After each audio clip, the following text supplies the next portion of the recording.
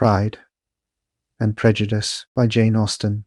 Preface. Walt Whitman has somewhere a fine and just distinction between loving by allowance and loving with personal love. This distinction applies to books as well as to men and women, and in the case of the not very numerous authors who are the objects of the personal affection, it brings a curious consequence with it. There is much more difference as to their best work than in the case of those others who are loved by allowance by convention, and because it is felt to be the right and proper thing to love them. And in the sect, fairly large, and yet unusually choice of Austenians or Janaites, there would probably be found partisans of the claim to primacy of almost every one of the novels. To some the delightful freshness and humour of Northanger Abbey, its completeness, finish, and entrain, obscure the undoubted critical facts that its scale is small, and its scheme, after all, that of burlesque or parody, a kind in which the first rank is reached with difficulty. Persuasion, relatively faint in tone, and not enthralling in interest, has devotees who exalt above all the others its exquisite delicacy in keeping.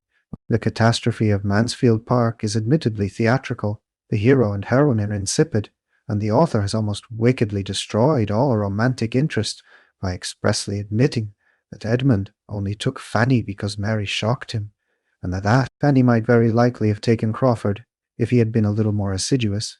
Yet the matchless rehearsal scenes and the characters of Mrs. Norris and others have secured, I believe, a considerable party for it. Sense and Sensibility has perhaps the fewest out-and-out admirers, but it does not want them. I suppose, however, that the majority of at least competent votes would, all things considered, be divided between Emma and the present book, and perhaps the vulgar verdict, if indeed a fondness for Miss Austen be not of itself a patent of exemption from any possible charge of vulgarity, would go for Emma. It is the larger, the more varied, the more popular. The author had, by the time of its composition, seen rather more of the world, and had improved her general, though not her most peculiar and characteristic dialogue. Such figures as Miss Bates. As Miss Bates, the Eltons cannot but unite the suffrage of everybody. On the other hand, I for my part declare for Pride and Prejudice unhesitatingly. It seems to me the most perfect, the most characteristic, the most eminently quintessential of its author's works. And for this contention in such narrow space as is permitted to me, I propose here to show cause. In the first place, the book, it may be barely necessary to remind the reader, was in its first shape written very early, somewhere about 1796, when Miss Austen was barely 21, though it was revised and finished at Chawton some 15 years later, and was not published till 1813, only 4 years before her death. I do not know whether in this combination of the fresh and vigorous projection of youth and the critical revision of middle life there may be traced the distinct superiority in point of construction, which, as it seems to me, it possesses over all the others. The plot, though not elaborate, is almost regular enough for Fielding. Hardly a character, hardly an incident could be retrenched without loss to the story. The elopement of Lydia and Wickham is not like that of Crawford and Mrs. Rushworth, a coup de théâtre. It connects itself in the strictest way with the course of the story earlier, and brings about the denouement with complete propriety. All the minor passages, the loves of Jane and Bingley, the advent of Mr. Collins, the visit to Hunsford, the Derbyshire tour, fit in after the same unostentatious but masterly fashion. There is no attempt at the hide-and-seek, in-and-out business, which, in the transactions between Frank Churchill and Jane Fairfax, best feature of that otherwise admirable book. Although Miss Austen always liked something of the misunderstanding kind, which afforded her opportunities for the display of the peculiar and incomparable talent to be noticed presently, she has been satisfied here with the perfectly natural occasions provided by the false account of Darcy's conduct given by Wickham, and by the awkwardness arising with equal naturalness from the gradual transformation of Elizabeth's own feelings from positive aversion to actual love. I do not know whether the all-grasping hand of the playwright has ever been laid upon Pride and Prejudice, and I dare say that if it were, the situations would prove not startling or garish enough for the footlights. The character scheme, too, subtle and delicate for pit and gallery, but if the attempt were made, it would certainly not be hampered by any of those loosenesses of construction, which, sometimes disguised by the conveniences of which the novelist can avail himself, appear at once on the stage. I think, however, though the thought will doubtless seem heretical to more than one school of critics, that construction is not the highest merit, the choicest gift of the novelist. It sets off his other gifts and graces most advantageously to the critical eye, and the want of it will sometimes mar those graces appreciably, though not quite consciously to eyes by no means ultra-critical. But a very badly built novel which excelled in pathetic or humorous character, or which displayed consummate command of dialogue, perhaps the rarest of all faculties, would be an infinitely better thing than a faultless plot acted and told by puppets, with pebbles in their mouths. And despite the ability which Miss Austen has shown in working out the story, I for one should put Pride and Prejudice far lower, if it did not contain what seemed to me the very masterpieces of Miss Austen's humour, and of her faculty of character. Creation masterpieces, who may indeed admit John Thorpe, the Eltons, Mrs. Norris, and one or two others to their company, but who, in one instance certainly, and perhaps in others, are still superior to them. The characteristics of Miss Austen's humour are so subtle and delicate that they are perhaps at all times easier to apprehend than to express, and at any particular time likely to be differently apprehended by different persons. To me, this humour seems to possess a greater affinity on the whole to that of Addison than to any other of the numerous species of this great British genus. The differences of scheme, of time, of subject, of literary convention are, of course, obvious enough. The difference of sex does not perhaps count for much, for there was a distinctly feminine element in Mr. Heath's Spectator, and in Jane Austen's Genius there was, though nothing mannish, much that was masculine. But the likeness of quality consists in a great number of common subdivisions, of quality demureness, extreme minuteness of touch, avoidance of loud tones and glaring effects. Also, there is in both a certain, not inhuman, or unamiable cruelty. It is the custom with those who judge grossly to contrast the good nature of Addison with the savagery of Swift, the mildness of Miss Austen with the boisterousness of Fielding and Smollett, even with the ferocious practical jokes that her immediate predecessor, Miss Burney, allowed without very much protest. Yet both in Mr. Addison and in Miss Austen there is, though a restrained and well-mannered, an insatiable and ruthless delight in roasting and cutting up a fool. A man in the early 18th century, of course, could push this taste further than a lady in the early 19th, and no doubt Miss Austen's principles, as well as her heart, would have shrunk from such things as the letter from the unfortunate husband in The Spectator, who describes with all the gusto and all the innocence in the world how his wife and his friend induce him to play at blind man's buff. But another Spectator letter, that of the damsel of 14, who wishes to marry Mr. Neo shapely, and assures her selected mentor that he admires your spectators, might have been written by a rather more ladylike and intelligent Lydia Bennet in the days of Lydia's great-grandmother, while, on the other hand, some, I think, unreasonably have found cynicism in touches of Miss Austen's own, such as her satire of Mrs. Musgrove's self-deceiving regrets over her son. But this word, cynical, is one of the most misused in the English language, especially when, by a glaring and gratuitous falsification of its original sense, it is applied, not to rough and snarling invective, but to gentle and oblique satire. If cynicism means the perception of the other side,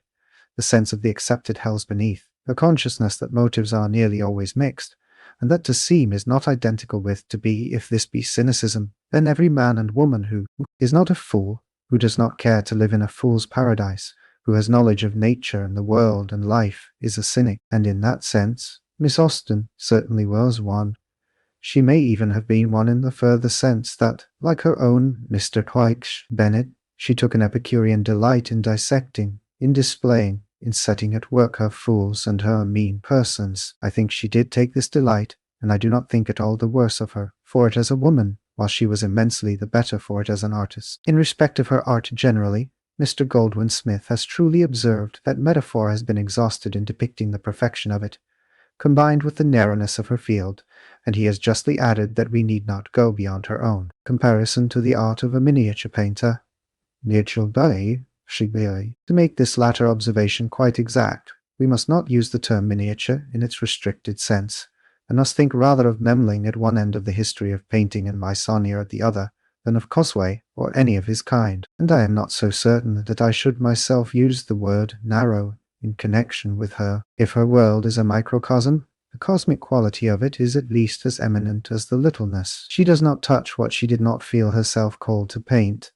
I am not so sure that she could not have painted what she did not feel herself called to touch. It is at least remarkable that in 2 very short periods of writing, one of about 3 years, and another of not much more than 5, she executed 6 capital works, and has not left a single failure. It is possible that the romantic paste in her composition was defective.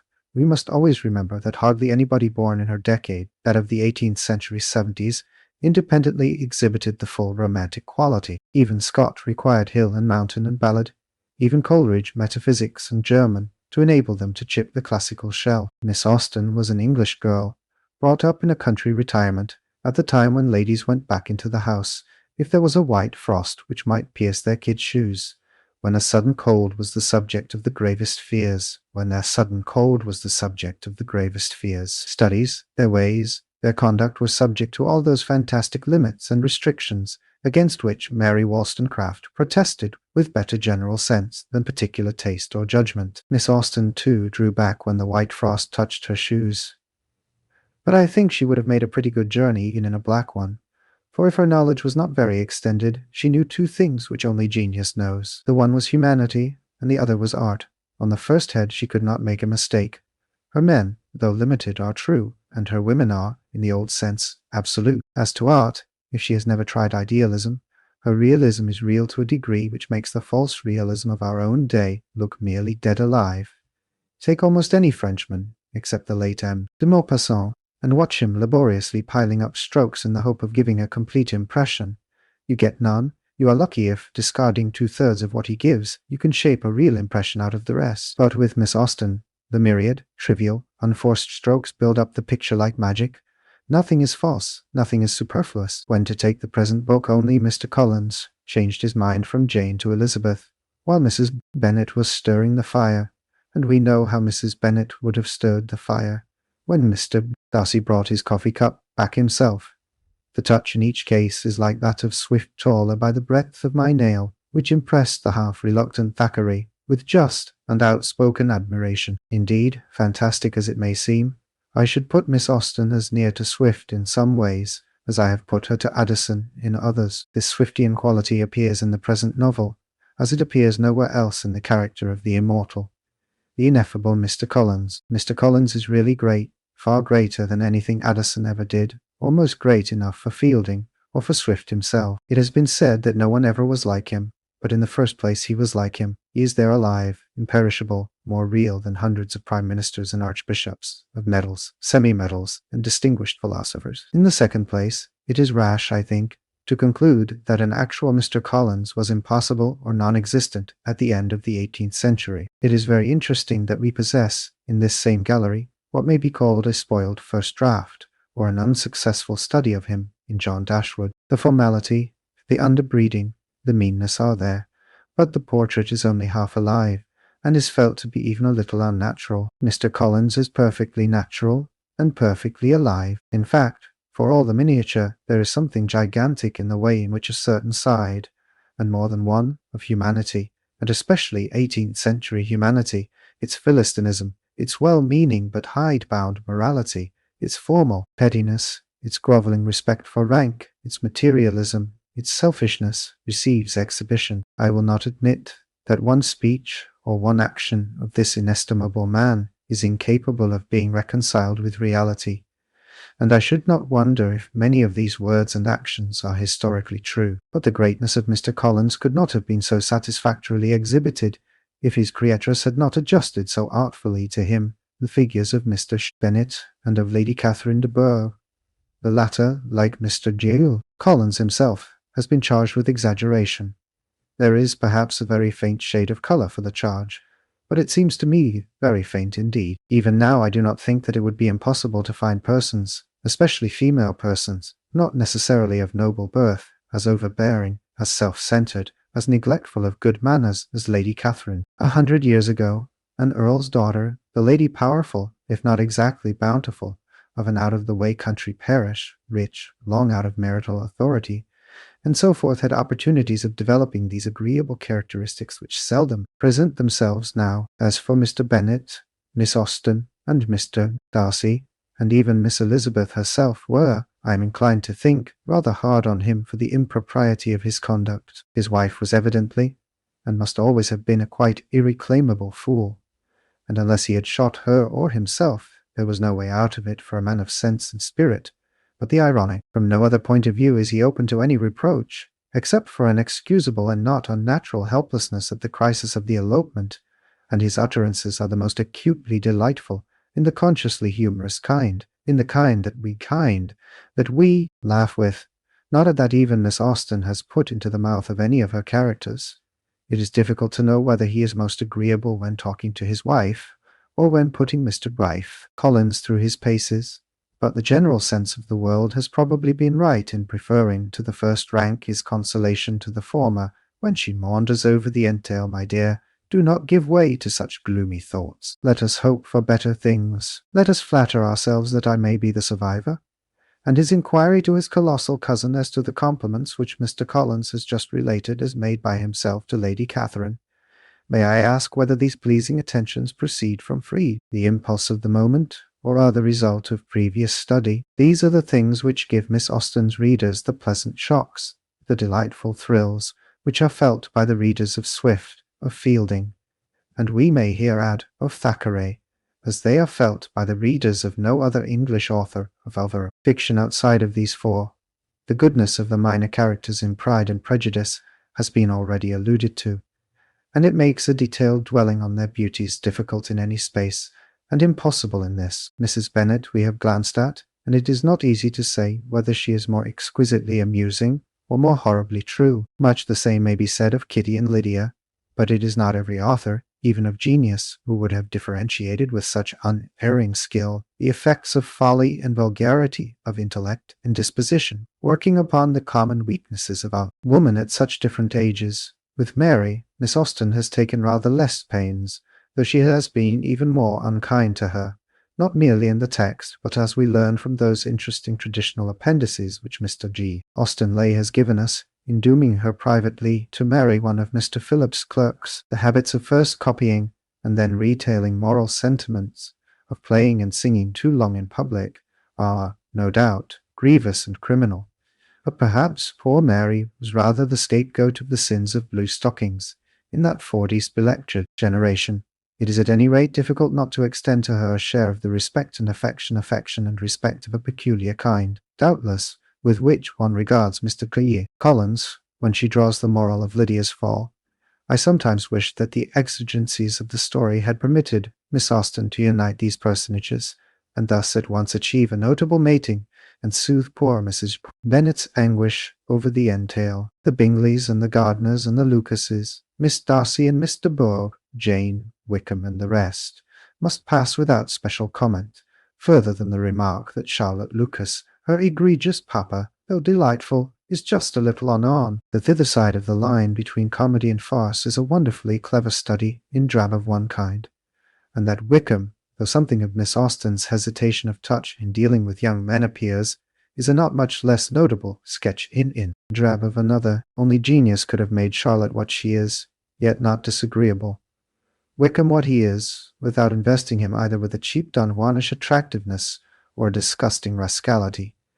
But the hero and the heroine are not tints to be dismissed. Darcy has always seemed to me by far the best and most interesting of Miss Austen's heroes, the only possible competitor being Henry Tilney, whose part is so slight and simple that it hardly enters into comparison. It has sometimes, I believe, been urged that his pride is unnatural, at first in its expression, and later in its yielding, while his falling in love at all is not extremely probable. Here again, I cannot go with the objectors. Darcy's own account of the way in which his pride had been pampered is perfectly rational and sufficient, and nothing could be, psychologically speaking, a cause of varier for its sudden restoration to healthy conditions than the shock of Elizabeth's scornful refusal, acting on a nature ex hypothesi generis. Nothing in our author is finer and more delicately touched than the change of his demeanour at the sudden meeting in the grounds of Pemberley. Had he been a bad prig or a bad coxcomb, he might have been still smarting under his rejection,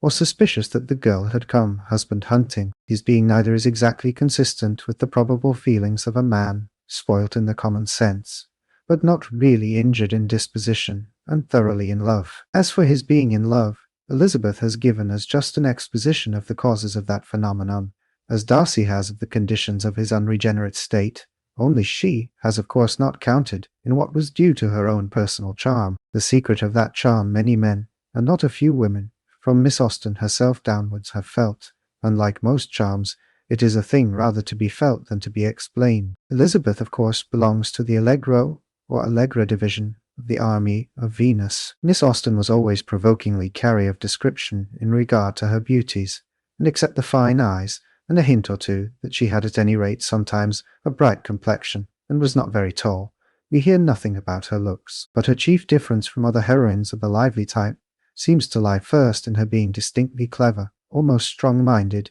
in the better sense of that objectionable word, and secondly, in her being entirely destitute of ill nature, for all her propensity to tease, and the sharpness of her tongue. Elizabeth can give at least as good as she gets when she is attacked, but she never scratches, and she never attacks first. Some of the merest obsoletenesses of phrase and manner give one or two of her early speeches a slight pertness, but that is nothing when she comes to serious business, as in the great proposal scene with Darcy, which is, as it should be, the climax of the interest of the book, and in the final lady's battle with Lady Catherine, she is unexceptionable. Then too she is a perfectly natural girl.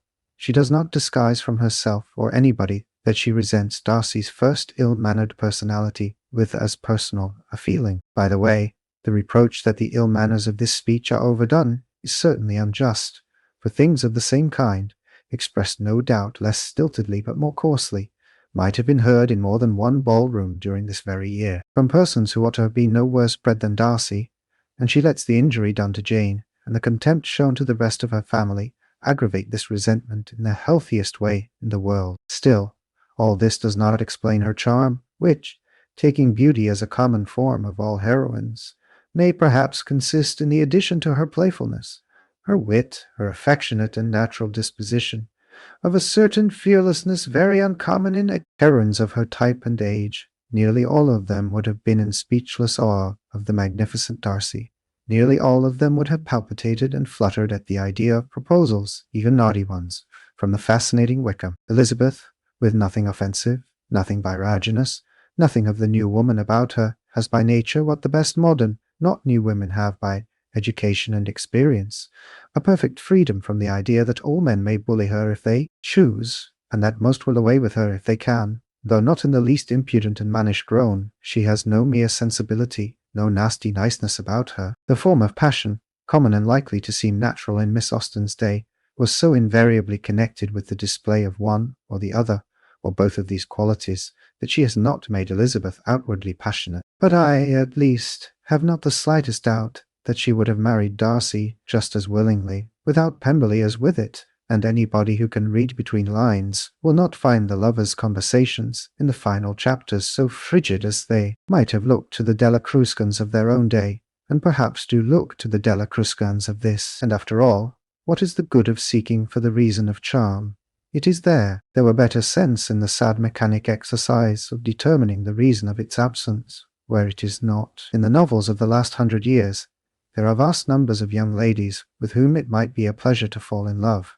There are at least 5 with whom, as it seems to me, no man of taste and spirit can help doing so. Their names are, in chronological order, Elizabeth Bennet, Diana Vernon, Arjemone Lavington, Beatrix Esmond, and Barbara Grant. I should have been most in love with Beatrix and Arjemone. I should, I think, for mere occasional companionship, have preferred Diana and Barbara. But to live with and to marry, I do not know that any one of the 4 can come into competition with Elizabeth. George Saintsbury, Chapter 1. It is a truth universally acknowledged that a single man in possession of a good fortune must be in want of a wife. However little known the feelings or views of such a man may be on his first entering a neighbourhood, this truth is so well fixed in the minds of the surrounding families that he is considered as the rightful property of some one or other of their daughters. "My dear Mr. Bennet," said his lady to him one day, "have you heard that Netherfield Park is let at last?" Mr. Bennet replied that he had not. "But it is," returned she, "for Mrs. Long has just been here, and she told me all about it." Mr. Bennet made no answer.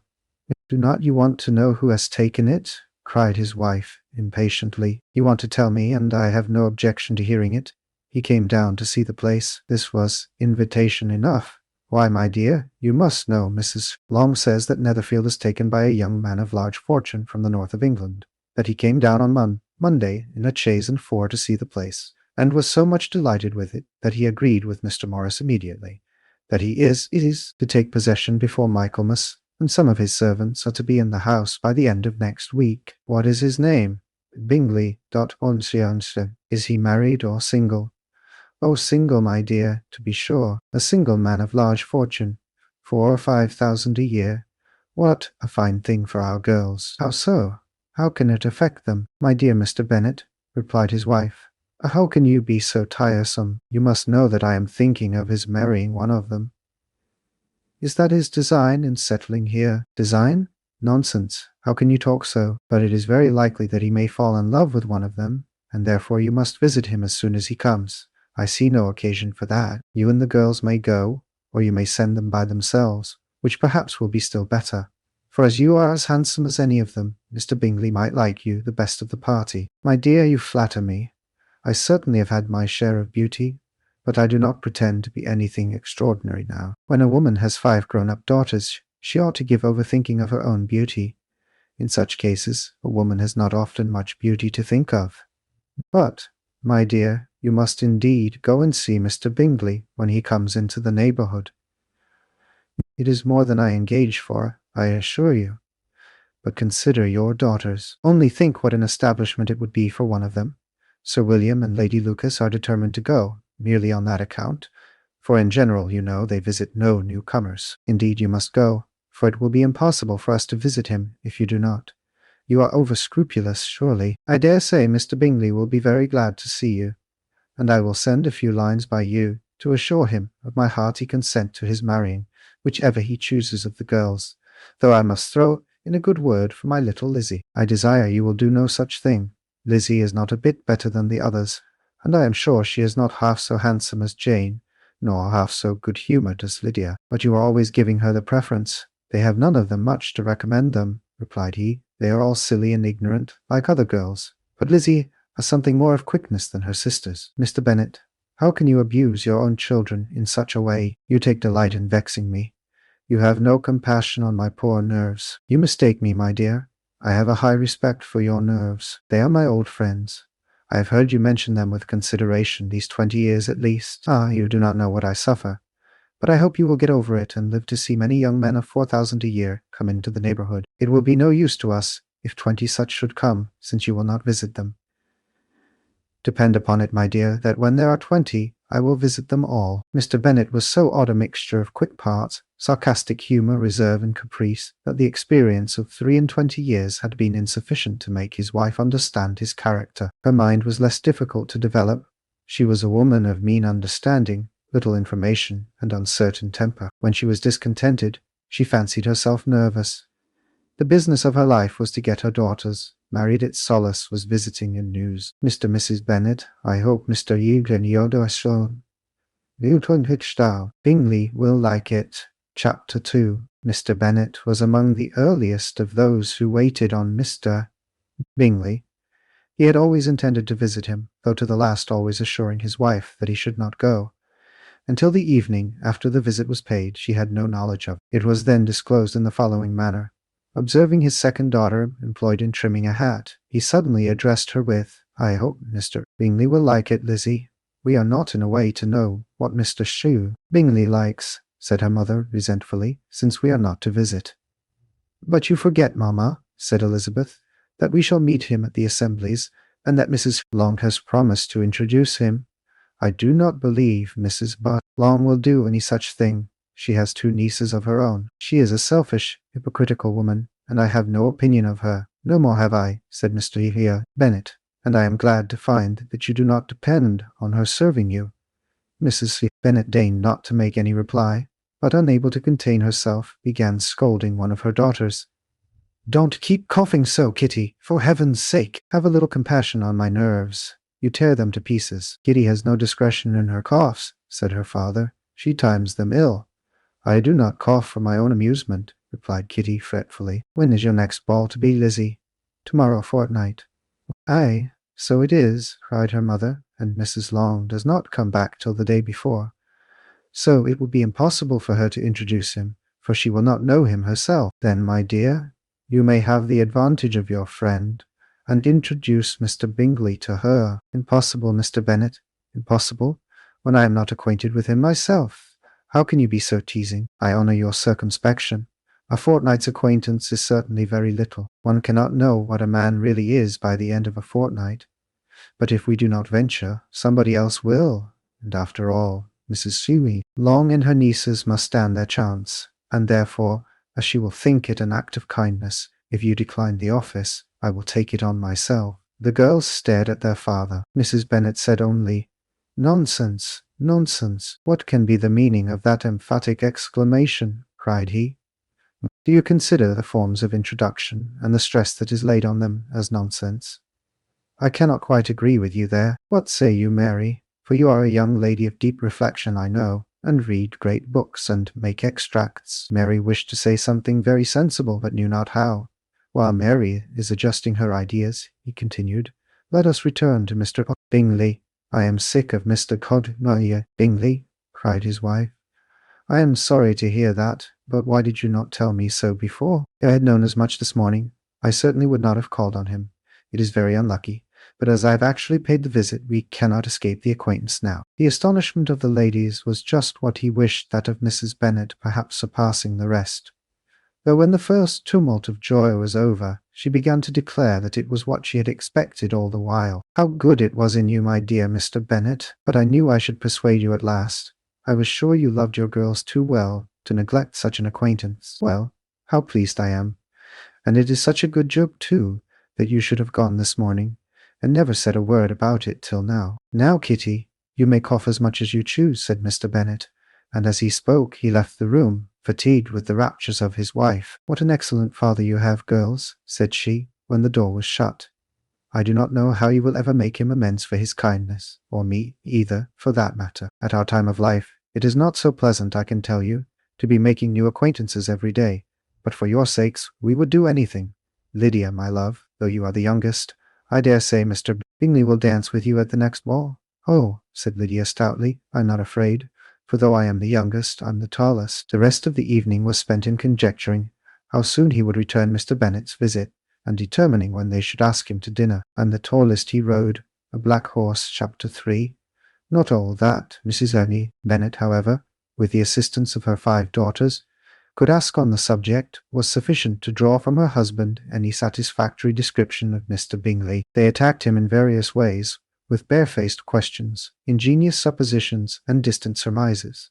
But he eluded the skill of them all, and they were at last obliged to accept the second-hand intelligence of their neighbour, Lady Lucas. Her report was highly favourable. Sir William had been delighted with him. He was quite young, wonderfully handsome, extremely agreeable, and to crown the whole, he meant to be at the next assembly with a large party. Nothing could be more delightful. To be fond of dancing was a certain step towards falling in love, and very lively hopes of Mr. Bingley's heart were entertained. "If I can but see one of my daughters happily settled at Netherfield," said Mrs. Bennet to her husband, "and all the others equally well married, I shall have nothing to wish for." In a few days, Mr. Bingley returned Mr. Bennet's visit, and sat about 10 minutes with him in his library. He had entertained hopes of being admitted to a sight of the young ladies, of whose beauty he had heard much, but he saw only the father. The ladies were somewhat more fortunate, for they had the advantage of ascertaining, from an upper window, that he wore a blue coat and rode a black horse. An invitation to dinner was soon afterwards dispatched, and already had Mrs. Bennet planned the courses that were to do credit to her housekeeping, when an answer arrived which deferred it all. Mr. Bingley was obliged to be in town the following day, and consequently unable to accept the honour of their invitation, etc. Mrs. Bennet was quite disconcerted. She could not imagine what business he could have in town so soon after his arrival in Hertfordshire, and she began to fear that he might always be flying about from one place to another, and never settled at Netherfield as he ought to be. Lady Lucas quieted her fears a little by starting the idea of his, when the party entered, being gone to London, only to get a large party for the ball, and a report soon followed that Mr. Bingley was to bring 12 ladies and 7 gentlemen with him to the assembly. The girls grieved over such a number of ladies, but were comforted the day before the ball by hearing that instead of 12, he had brought only 6 with him from London. his 5 sisters and a cousin, and when the party entered the assembly room, it consisted of only 5 altogether: Mr. Bingley, his 2 sisters, the husband of the eldest, and another young man. Mr. Bingley was good-looking and gentlemanlike. He had a pleasant countenance and easy, unaffected manners. His sisters were fine women, with an air of decided fashion. His brother-in-law, Mr. Hurst, merely looked a gentleman, but his friend, Mr. Buckshade. Darcy soon drew the attention of the room by his fine, tall person, handsome features, noble mien, and the report which was in general circulation within 5 minutes after his entrance of his having 10,000 a year. The gentlemen pronounced him to be a fine figure of a man. The ladies declared he was much handsomer than Mr. Bingley, and he was looked at with great admiration for about half the evening, till his manners gave a disgust which turned the tide of his popularity, for he was discovered to be proud, to be above his company, and above being pleased, and not all his large estate in Derbyshire could save him from having a most forbidding, disagreeable countenance, and being unworthy to be compared with his friend. Mr. Bingley had soon made himself acquainted with all the principal people in the room. He was lively and unreserved, danced every dance, was angry that the ball closed so early, and talked of giving one himself at Netherfield. Such amiable qualities must speak for themselves. What a contrast between him and his friend, Mr. Beorgich. Darcy danced only once with Mrs. Hurst, and once with Miss Bingley, declined being introduced to any other lady, and spent the rest of the evening in walking about the room, speaking occasionally to one of his own party. His character was decided. He was the proudest, most disagreeable man in the world, and everybody hoped that he would never come there again. Amongst the most violent against him was Mrs. Bennet, whose dislike of his general behaviour was sharpened into particular resentment by his having slighted one of her daughters. Elizabeth Bennet had been obliged, by the scarcity of gentlemen, to sit down for 2 dances, and during part of that time Mr. Darcy had been standing near enough for her to overhear a conversation between him and Mr. Bingley, who came from the dance for a few minutes to press his friend to join it. "Come, Darcy," said he, "I must have you dance. I hate to see you standing about by yourself in this stupid manner. You had much better dance." "I certainly shall not. You know how I detest it, unless I am particularly acquainted with my partner. At such an assembly as this, it would be insupportable. Your sisters are engaged, and there is not another woman in the room whom it would not be a punishment to me to stand up with." "I would not be so fastidious as you are," cried Bingley. "For a kingdom, upon my honour, I never met with so many pleasant girls in my life as I have this evening, and there are several of them, you see, uncommonly pretty." "You are dancing with the only handsome girl in the room," said Mr. Darcy, looking at the eldest Miss Bennet. "Oh, she is the most beautiful creature I ever beheld. But there is one of her sisters sitting down just behind you, who is very pretty, and I dare say very agreeable. Do let me ask my partner to introduce you. She is tolerable. Which do you mean?" And turning round, he looked for a moment at Elizabeth, till, catching her eye, he withdrew his own, and coldly said, "She is tolerable, but not handsome enough to tempt me, and I am in no humour at present to give consequence to young ladies who are slighted by other men. You had better return to your partner and enjoy her smiles, for you are wasting your time with me." Mr. Bingley followed his advice. Mr. Darcy walked off, and Elizabeth remained with no very cordial feelings towards him. She told the story, however, with great spirit among her friends, for she had a lively, playful disposition, which delighted in anything ridiculous. The evening altogether passed off pleasantly to the whole family.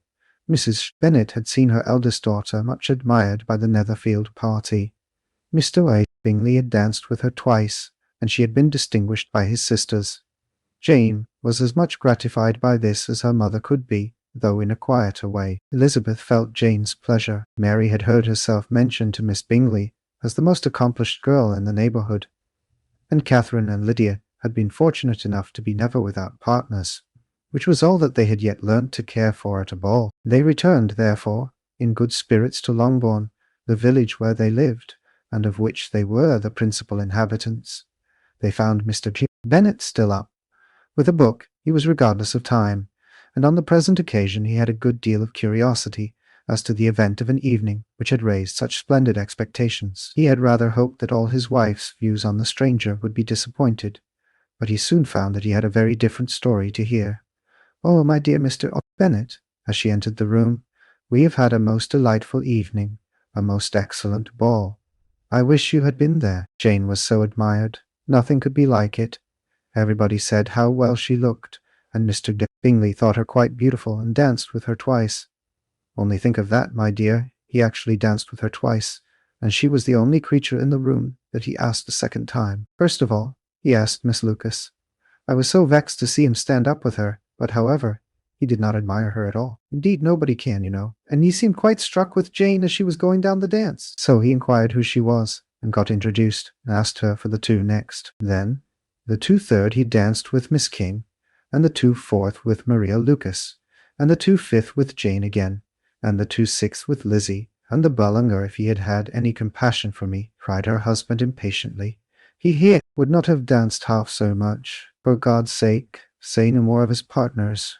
Oh, that he had sprained his ankle in the first dance. Oh, my dear, continued Mrs. Bennet, I am quite delighted with him. He is so excessively handsome. And his sisters are charming women. I never in my life saw anything more elegant than their dresses. I dare say the lace upon Mrs. Hurst's gown here. She was interrupted again. Mr. Bennet protested against any description of finery. She was therefore obliged to seek another branch of the subject, and related, with much bitterness of spirit, and some exaggeration, the shocking rudeness of Mr. Darcy. But I can assure you, she added, that Lizzie does not lose much by not suiting his fancy, for he's a most disagreeable, horrid man, not at all worth pleasing, so high and so conceited that there was no enduring him.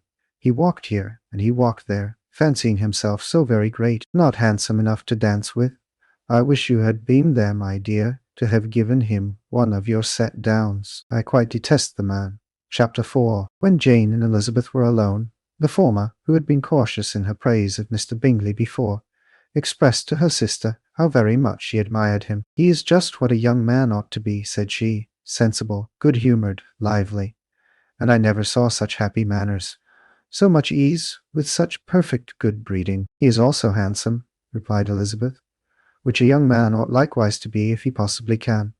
His character is thereby complete. I was very much flattered by his asking me to dance a second time. I did not expect such a compliment, did not you? I did for you, but that is one great difference between us. Compliments always take you by surprise, and me never. What could be more natural than his asking you again? He could not help seeing that you were about 5 times as pretty as every other woman in the room. No thanks to his gallantry for that. Well, he certainly is very agreeable, and I give you leave to like him. You have liked many a stupider person. Dear Lizzie, oh, you are a great deal too apt, you know, to like people in general. You never see a fault in anybody. All the world are good and agreeable in your eyes. I never heard you speak ill of a human being in my life. I would wish not to be hasty in censuring anyone, but I always speak what I think. I know you do, and it is that which makes the wonder. With your good sense, to be so honestly blind to the follies and nonsense of others. Affectation of candour is common enough. One meets with it everywhere. But to be candid without ostentation or design, to take the good of everybody's character, and make it still better, and say nothing of the bad, belongs to you alone. And so you like this man's sisters too, do you? Their manners are not equal to his, certainly not at first, but they are very pleasing women when you converse with them. Miss Bingley is to live with her brother, and keep his house, and I am much mistaken if we shall not find a very charming neighbour in her. Elizabeth listened in silence, but was not convinced their behaviour at the assembly had not been calculated to please in general, and with more quickness of observation and less pliancy of temper than her sister, and with a judgment too, unassailed by any attention to herself, she was very little disposed to approve them. They were, in fact, very fine ladies, not deficient in good humour when they were pleased, nor in the power of being agreeable where they chose it, but proud and conceited. They were rather handsome, had been educated in one of the first private seminaries in town, had a fortune of £20,000, were in the habit of spending more than they ought, and of associating with people of rank, and were therefore, in every respect entitled to think well of themselves, and meanly of others. They were of a respectable family in the north of England, a circumstance more deeply impressed on their memories than that their brother's fortune and their own had been acquired by trade. Mr. Bingley inherited property to the amount of nearly £100,000 from his father, who had intended to purchase an estate, but did not live to do it. Mr. Bingley intended it likewise, and sometimes made choice of his county. But as he was now provided with a good house and the liberty of a manor, it was doubtful to many of those who best knew the easiness of his temper, whether he might not spend the easiness of his temper the remainder of his days at Netherfield, and leave the next generation to purchase. His sisters were very anxious for his having an estate of his own, but though he was now established only as a tenant, Miss Bingley was by no means unwilling to preside at his table, nor was Mrs. Hurst, who had married a man of more fashion than fortune, less disposed to consider his house as her home when it suited her. Mr. Bingley had not been of age 2 years when he was tempted, by an accidental recommendation, to look at Netherfield House. He did look at it, and into it, for half an hour, was pleased with the situation and the principal rooms, satisfied with what the owner said in its praise, and took it immediately. Between him and Darcy there was a very steady friendship, in spite of a great opposition of character. Bingley was endeared to Darcy by the easiness, openness, and ductility of his temper, though no disposition could offer a greater contrast to his own, and though with his own he never appeared dissatisfied. On the strength of Darcy's regard, Bingley had the firmest reliance, and of his judgment the highest opinion. In understanding, Darcy was the superior. Bingley was by no means deficient, but Darcy was clever. He was at the same time haughty, reserved, and fastidious, and his manners, though well-bred, were not inviting. In that respect, his friend had greatly the advantage. Bingley was sure of being liked wherever he appeared. Darcy was continually giving offence. The manner in which they spoke of the Meryton assembly was sufficiently characteristic. Bingley had never met with pleasanter people or prettier girls in his life. Everybody had been most kind and attentive to him. There had been no formality, no stiffness. He had soon felt acquainted with all the room, and as to Miss Bennet, he could not conceive an angel more beautiful. Darcy, on the contrary, had seen a collection of people in whom there was little beauty and no fashion, for none of whom he had felt the smallest interest, and from none received either attention or pleasure. Miss Bennet he acknowledged to be pretty, but she smiled too much. Mrs. Hurst and her sister allowed it to be so, but still they admired her and liked her, and pronounced her to be a sweet girl, and one whom they should not object to know more of. Miss Bennet was therefore established as a sweet girl, and their brother felt authorized by such commendation to think of her as he chose. Chapter 5.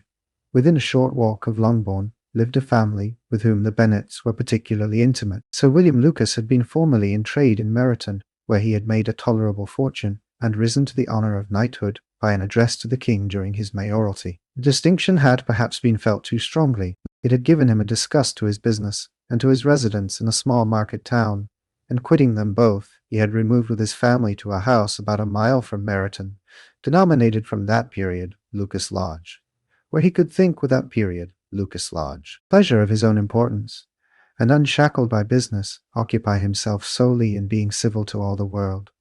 For, though elated by his rank, it did not render him supercilious. On the contrary, he was all attention to everybody. By nature inoffensive, friendly, and obliging, his presentation at St. James's had made him courteous. Lady Lucas was a very good kind of woman, not too clever to be a valuable neighbour to Mrs. Bennet. They had several children. The eldest of them, a sensible, intelligent young woman, about 27, was Elizabeth's intimate friend. That the Miss Lucases and the Miss Bennets should meet to talk over a ball was absolutely necessary, and the morning after the assembly brought the former to Longbourn to hear and to communicate. "You began the evening well, Charlotte," said Mrs. Bennet, with civil self-command, to Miss Lucas. "You were Mr. Bingley's first choice?" "Yes, but he seemed to like his second better." "Oh, you mean Jane, I suppose, because he danced with her twice." "To be sure, that did seem as if he admired her indeed. I rather believe he did. I heard something about it. But I hardly know what something about Mr. Robinson." "Perhaps you mean what I overheard between him and Mr. Shaw." "Robinson, did not I mention it to you? Mr. Robinson's asking him how he liked our Meryton assemblies, and whether he did not think there were a great many pretty women in the room, and which he thought the prettiest, and his answering immediately to the last question, 'Oh, the eldest Miss Bennet, beyond a doubt. There cannot be two opinions on that point.' Upon my word, well, that was very decided. Indeed, that does seem as if, but however, it may all come to nothing, you know." "My overhearings were more to the purpose than yours, Eliza," said Charlotte. Mr. Charlotte, Darcy is not so well worth listening to as his friend, is he? Poor Eliza, to be only just tolerable. I beg you will not put it into Lizzie's head to be vexed by his ill treatment, for he is such a disagreeable man that it would be quite a misfortune to be liked by him. Mrs. Long told me last night that he sat close to her for half an hour, without once opening his lips. Are you quite sure, ma'am? Is not there a little mistake? Said Jane. I certainly saw Mr. Darcy speaking to her. Ay, because she asked him at last how he liked Netherfield, and he could not help answering her, but she said he seemed very angry at being spoke to. Miss Bingley told me, said Jane, that he never speaks much unless among his intimate acquaintance. With them he is remarkably agreeable. I do not believe a word of it, my dear. If he had been so very agreeable, he would have talked to Mrs. Long. But I can guess how it was. Everybody says that he is eat up with pride, and I dare say he had heard somehow that Mrs. Long does not keep a carriage, and had to come to the ball in a hack chaise. I do not mind his not talking to Mrs. Long, said Miss Lucas. But I wish he had danced with Eliza. Another time, Lizzie, said her mother. I would not dance with him, if I were you. I believe, ma'am, I may safely promise you never to dance with him. His pride, said Miss Lucas, does not offend me so much as pride often does, because there is an excuse for it. One cannot wonder that so very fine a young man, with family, fortune, everything in his favour, should think highly of himself. If I may so express it, he has a right to be proud. That is very true, replied Elizabeth, and I could easily forgive his pride, if he had not mortified mine. Pride, observed Mary, who piqued herself upon the solidity of her reflections, is a very common failing, I believe. By all that I have ever read, I am convinced that it is very common indeed, that human nature is particularly prone to it, and that there are very few of us who do not cherish a feeling of self-complacency on the score of some quality or other, real or imaginary. Vanity and pride are different things, though the words are often used synonymously. A person may be proud without being vain. Pride relates more to our opinion of ourselves, vanity to what we would have others think of us. If I were as rich as Mr. Darcy, cried a young Lucas, who came with his sisters, I should not care how proud I was. I would keep a pack of foxhounds, and drink a bottle of wine every day. Then you would drink a great deal more than you ought, said Mrs. Bennet, and if I were to see you at it, I should take away your bottle directly. The boy protested that she should not. She continued to declare that she would, and the argument ended only with the visit. Chapter 6. The ladies of Longbourn soon waited on those of Netherfield. The visit was returned in due form. Miss Bennet's pleasing manners grew on the goodwill of Mrs. Hurst and Miss Bingley, and though the mother was found to be intolerable, and the younger sisters not worth speaking to, a wish of being better acquainted with them was expressed towards the two eldest. By Jane this attention was received with the greatest pleasure, but Elizabeth still saw superciliousness in their treatment of everybody, hardly excepting even her sister, and could not like them, though their kindness to Jane, such as it was, had a cold value as arising, in all probability, from the influence of their brother's admiration. It was generally evident whenever they met that he did admire her, and to her it was equally evident that Jane was yielding to the preference which she had begun to entertain for him from the first, and was in a way to be very much in love. But she considered with pleasure that it was not likely to be discovered by the world in general, since Jane united with great strength of feeling, a composure of temper, and an uniform cheerfulness of manner, which would guard her from the suspicions of manner. The impertinent, she mentioned this to her friend, Miss Lucas. It may perhaps be pleasant, replied Charlotte, to be able to impose on the public in such a case, but it is sometimes a disadvantage to be so very guarded. If a woman conceals her affection with the same skill from the object of it, she may lose the opportunity of fixing him, and it will then be but poor consolation to believe the world equally in the dark. There is so much of gratitude or vanity in almost every attachment, that it is not safe to leave any to itself. Why, we can all begin freely, a slight preference is natural enough, but there are very few of us who have heart enough to be really in love without encouragement. In 9 cases out of 10, a woman had better show more affection than she feels. Bingley likes your sister undoubtedly, but he may never do more than like her if she does not help him on. But she does help him on, as much as her nature will allow. If I can perceive her regard for him, he must be a simpleton, indeed, not to discover it too. Remember, Eliza, that he does not know Jane's disposition as you do. But if a woman is partial to a man, and does not endeavour to conceal it, he must find it out. Perhaps he must if he sees enough of her. But though Bingley and Jane meet tolerably often, it is never for many hours together, and as they always see each other in large mixed parties, it is impossible that every moment should be employed in conversing together. Jane should therefore make the most of every half hour in which she can command his attention, and when she is secure of him, there will be leisure for falling in love as much as she chooses. Your plan is a good one, replied Elizabeth, where nothing is in question but the desire of being well married, and if I were determined to get a rich husband, or any husband, I dare say I should adopt it. But these are not Jane's feelings. She is not acting by design. As yet she cannot even be certain of the degree of her own regard, nor of its reasonableness. She has known him only a fortnight. She danced 4 dances with him at Meryton. She saw him one morning at his own house, and has since dined in company with him 4 times. This is not quite enough to make her understand his character, not as you represent it. Had she merely dined with him, she might only have discovered whether he had a good appetite.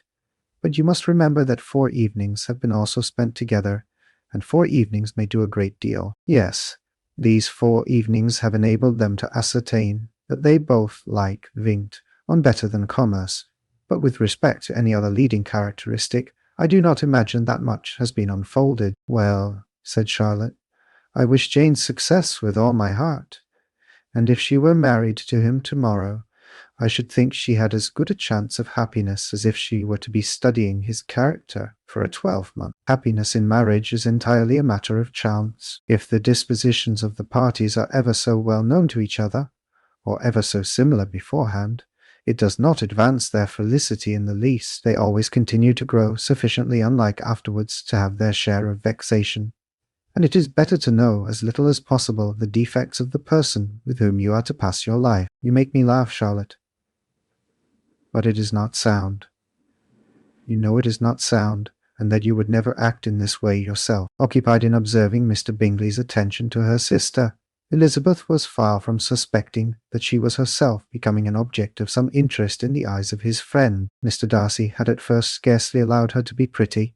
He had looked at her without admiration at the ball, and when they next met, he looked at her only to criticize. But no sooner had he made it clear to himself and his friends that she had hardly a good feature in her face than he began to find it was rendered uncommonly intelligent by the beautiful expression of her dark eyes. To this discovery succeeded some others equally mortifying. Though he had detected with a critical eye more than one failure of perfect symmetry in her form, he was forced to acknowledge her figure to be light and pleasing, and in spite of his asserting that her manners were not those of the fashionable world, he was caught by their easy playfulness. Of this she was perfectly unaware. To her, he was only the man who made himself agreeable nowhere, and who had not thought her handsome enough to dance with. He began to wish to know more of her, and, as a step towards conversing with her himself, attended to her conversation with others. His doing so drew her notice. It was at Sir William Lucas's, where a large party were assembled. What does Mr. Darcy mean, said she to Charlotte, by listening to my conversation with Colonel Forster? That is a question which Mr. Darcy only can answer. But if he does it any more, I shall certainly let him know that I see what he is about. He has a very satirical eye, and if I do not begin by being impertinent myself, I shall soon grow afraid of him. The entreaties of several, copyright 1894, by George Allen. On his approaching them soon afterwards, though without seeming to have any intention of speaking, Miss Lucas defied her friend to mention such a subject to him, which immediately provoking Elizabeth to do it, she turned to him and said, Did not you think, Mr. Darcy, that I expressed myself uncommonly well just now, when I was teasing Colonel Forster to give us a ball at Meryton? With great energy, but it is a subject which always makes a lady energetic. You are severe on us. It will be her turn soon to be teased, said Miss Lucas. I am going to open the instrument, Eliza, and you know what follows. You are a very strange creature by way of a friend, always wanting me to play and sing before anybody and everybody. If my vanity had taken a musical turn, you would have been invaluable. But as it is, I would really rather not sit down before those who must be in the habit of hearing the very best performers. On Miss Lucas persevering, however, she added, Very well. If it must be so, it must. And gravely glancing at Mr. Darcy, there is a very fine old saying, which everybody here is of course familiar with, Keep your breath to cool your porridge, and I shall keep mine to swell my song. Her performance was pleasing, though by no means capital. After a song or two, and before she could reply to the entreaties of several that she would sing again, she was eagerly succeeded at the instrument by her sister Mary, who, having, in consequence of being the only plain one in the family, worked hard for knowledge and accomplishments, was always impatient for display. Mary had neither genius nor taste, and though vanity had given her application, it had given her likewise a pedantic air and conceited manner, which would have injured a higher degree of excellence than she had reached. Elizabeth, easy and unaffected, had been listened to with much more pleasure, though not playing half so well, and Mary, at the end of a long concerto, was glad to purchase praise and gratitude by Scotch and Irish airs. At the request of her younger sisters, who with some of the Lucases and 2 or 3 officers joined eagerly in dancing at one end of the room, Mr. Darcy stood near them in silent indignation at such a mode of passing the evening, to the exclusion of all conversation, and was too much engrossed by his own thoughts to perceive that Sir William Lucas was his neighbour, till Sir William thus was his neighbour, till Sir William thus began. What a charming amusement for young people this is, Mr. Darcy. There is nothing like dancing, after all. I consider it as one of the first refinements of polished societies. Certainly, sir, and it has the advantage also of being in vogue amongst the less polished societies of the world. Every savage can dance. Sir William only smiled. Your friend performs delightfully, he continued after a pause, on seeing Bingley join the group. And I doubt not that you are an adept in the science yourself, Mr. Darcy. You saw me dance at Meryton, I believe, sir? Yes, indeed, and received no inconsiderable pleasure from the sight. Do you often dance at St. James? Never, sir. Do you not think it would be a proper compliment to the place? It is a compliment which I never pay to any place if I can avoid it. You have a house in town, I conclude? Mr. Heaton. Darcy bowed. I had once some thoughts of fixing in town myself, for I am fond of superior society, but I did not feel quite certain that the air of London would agree with Lady Lucas. He paused in hopes of an answer, but his companion was not disposed to make any, and Elizabeth at that instant, moving towards them, he was struck with the notion of doing a very gallant thing, and called out to her, "My dear Miss Eliza." "Why not to her? You dancing? Mr. Darcy, you must allow me to present this young lady to you as a very desirable partner. You cannot refuse to dance, I am sure, when so much beauty is before you." And taking her hand, he would have given it to Mr. Darcy, who, though extremely surprised, was not unwilling to receive it, when she instantly drew back, and said with some discomposure to Sir William, "Indeed, sir, I have not the least intention of dancing. I entreat you not to suppose that I moved this way in order to beg for a partner." Mr. Darcy, with grave propriety, requested to be allowed the honour of her hand, but in vain. Elizabeth was determined, nor did Sir William at all shake her purpose by his attempt at persuasion. "You excel so much in the dance, Miss Eliza, that it is cruel to deny me the happiness of seeing you, and though this gentleman dislikes the amusement in general, he can have no objection, I am sure, to oblige us for 1/2 hour. Mr. Oblige us for 1/2 hour." "Darcy is all politeness," said Elizabeth, smiling. "He is indeed, but considering the inducement, my dear Miss Eliza, we cannot wonder at his complaisance, for who would object to such a partner?" Elizabeth looked archly and turned away. Her resistance had not injured her with the gentleman, and he was thinking of her with some complacency, when thus accosted by Miss Bingley. "I can guess the subject of your reverie." "I should imagine not. You are considering how insupportable it would be to pass many evenings in this manner, in such society, and indeed I am quite of your opinion. I was never more annoyed. The insipidity, and yet the noise, the nothingness, and yet the self-importance of all these people. What would I give to hear your strictures on them? Your conjecture is totally wrong, I assure you." My mind was more agreeably engaged. I have been meditating on the very great pleasure which a pair of fine eyes in the face of a pretty woman can bestow. Miss Bingley immediately fixed her eyes on his face, and desired he would tell her what lady had the credit of inspiring such reflections. Mr. Darcy replied with great intrepidity, "Miss Elizabeth Bennet." "Miss Elizabeth Bennet," repeated Miss Bingley. "I am all astonishment. How long has she been such a favourite? And pray, when am I to wish you joy?" "That is exactly the question which I expected you to ask. A lady's imagination is very rapid. It jumps from admiration to love, from love to matrimony, in a moment. I knew you would be wishing me joy. Nay, if you are so serious about it, I shall consider the matter as absolutely settled. You will have a charming mother-in-law indeed, and of course she will be always at Pemberley with you." He listened to her with perfect indifference. While she chose to entertain herself in this manner, and as his composure convinced her that all was safe, her wit flowed along. A note for Miss Bennet. Chapter 70. Mr. Bennet's property consisted almost entirely in an estate of 2,000 a year, which, unfortunately for his daughters, was entailed, in default of heirs male, on a distant relation, and their mother's fortune, though ample for her situation in life, could but ill supply the deficiency of his. Her father had been an attorney in Meryton, and had left her £4,000.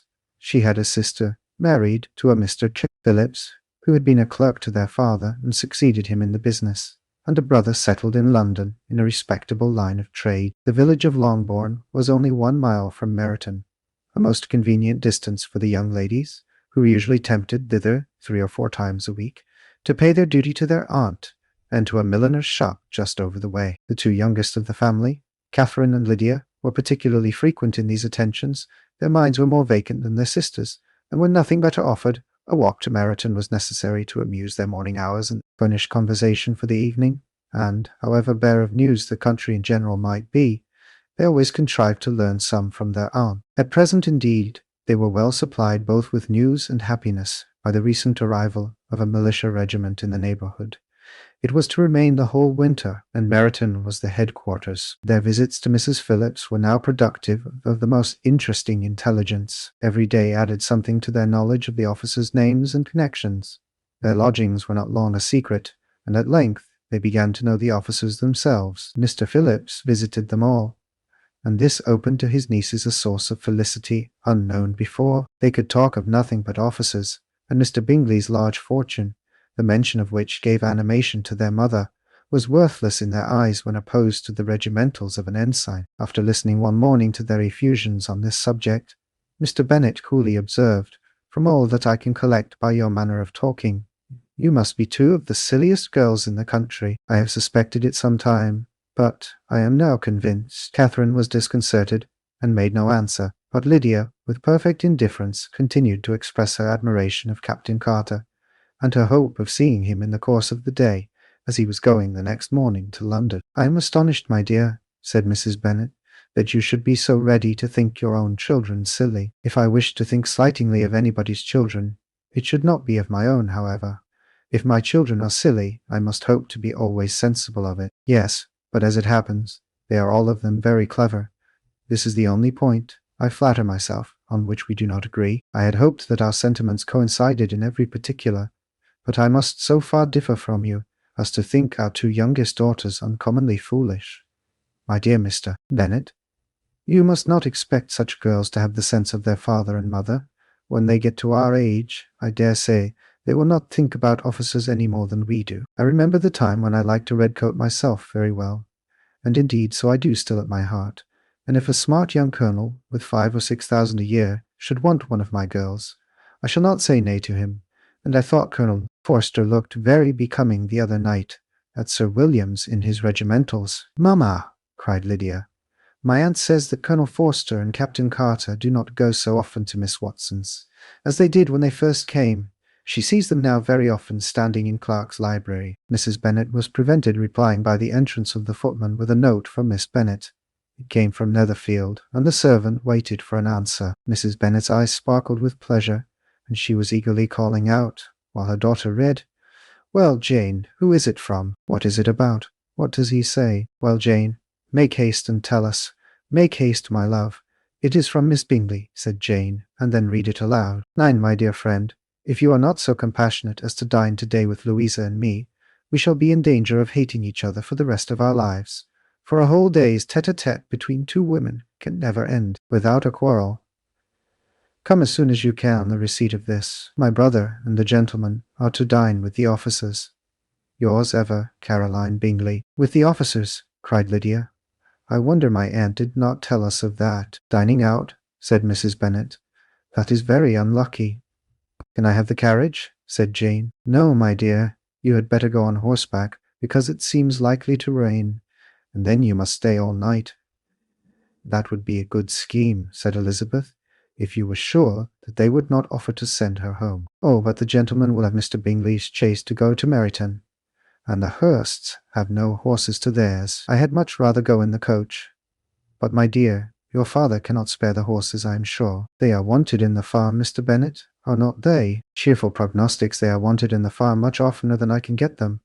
But if you have got them today, said Elizabeth, my mother's purpose will be answered. She did at last extort from her father an acknowledgment that the horses were engaged. Jane was therefore obliged to go on horseback, and her mother attended her to the door with many cheerful prognostics of a bad day. Her hopes were answered. Jane had not been gone long before it rained hard. Her sisters were uneasy for her, but her mother was delighted. The rain continued the whole evening without intermission. Jane certainly could not come back. This was a lucky idea of mine indeed, said Mrs. Bennet more than once, as if the credit of making it rain were all her own.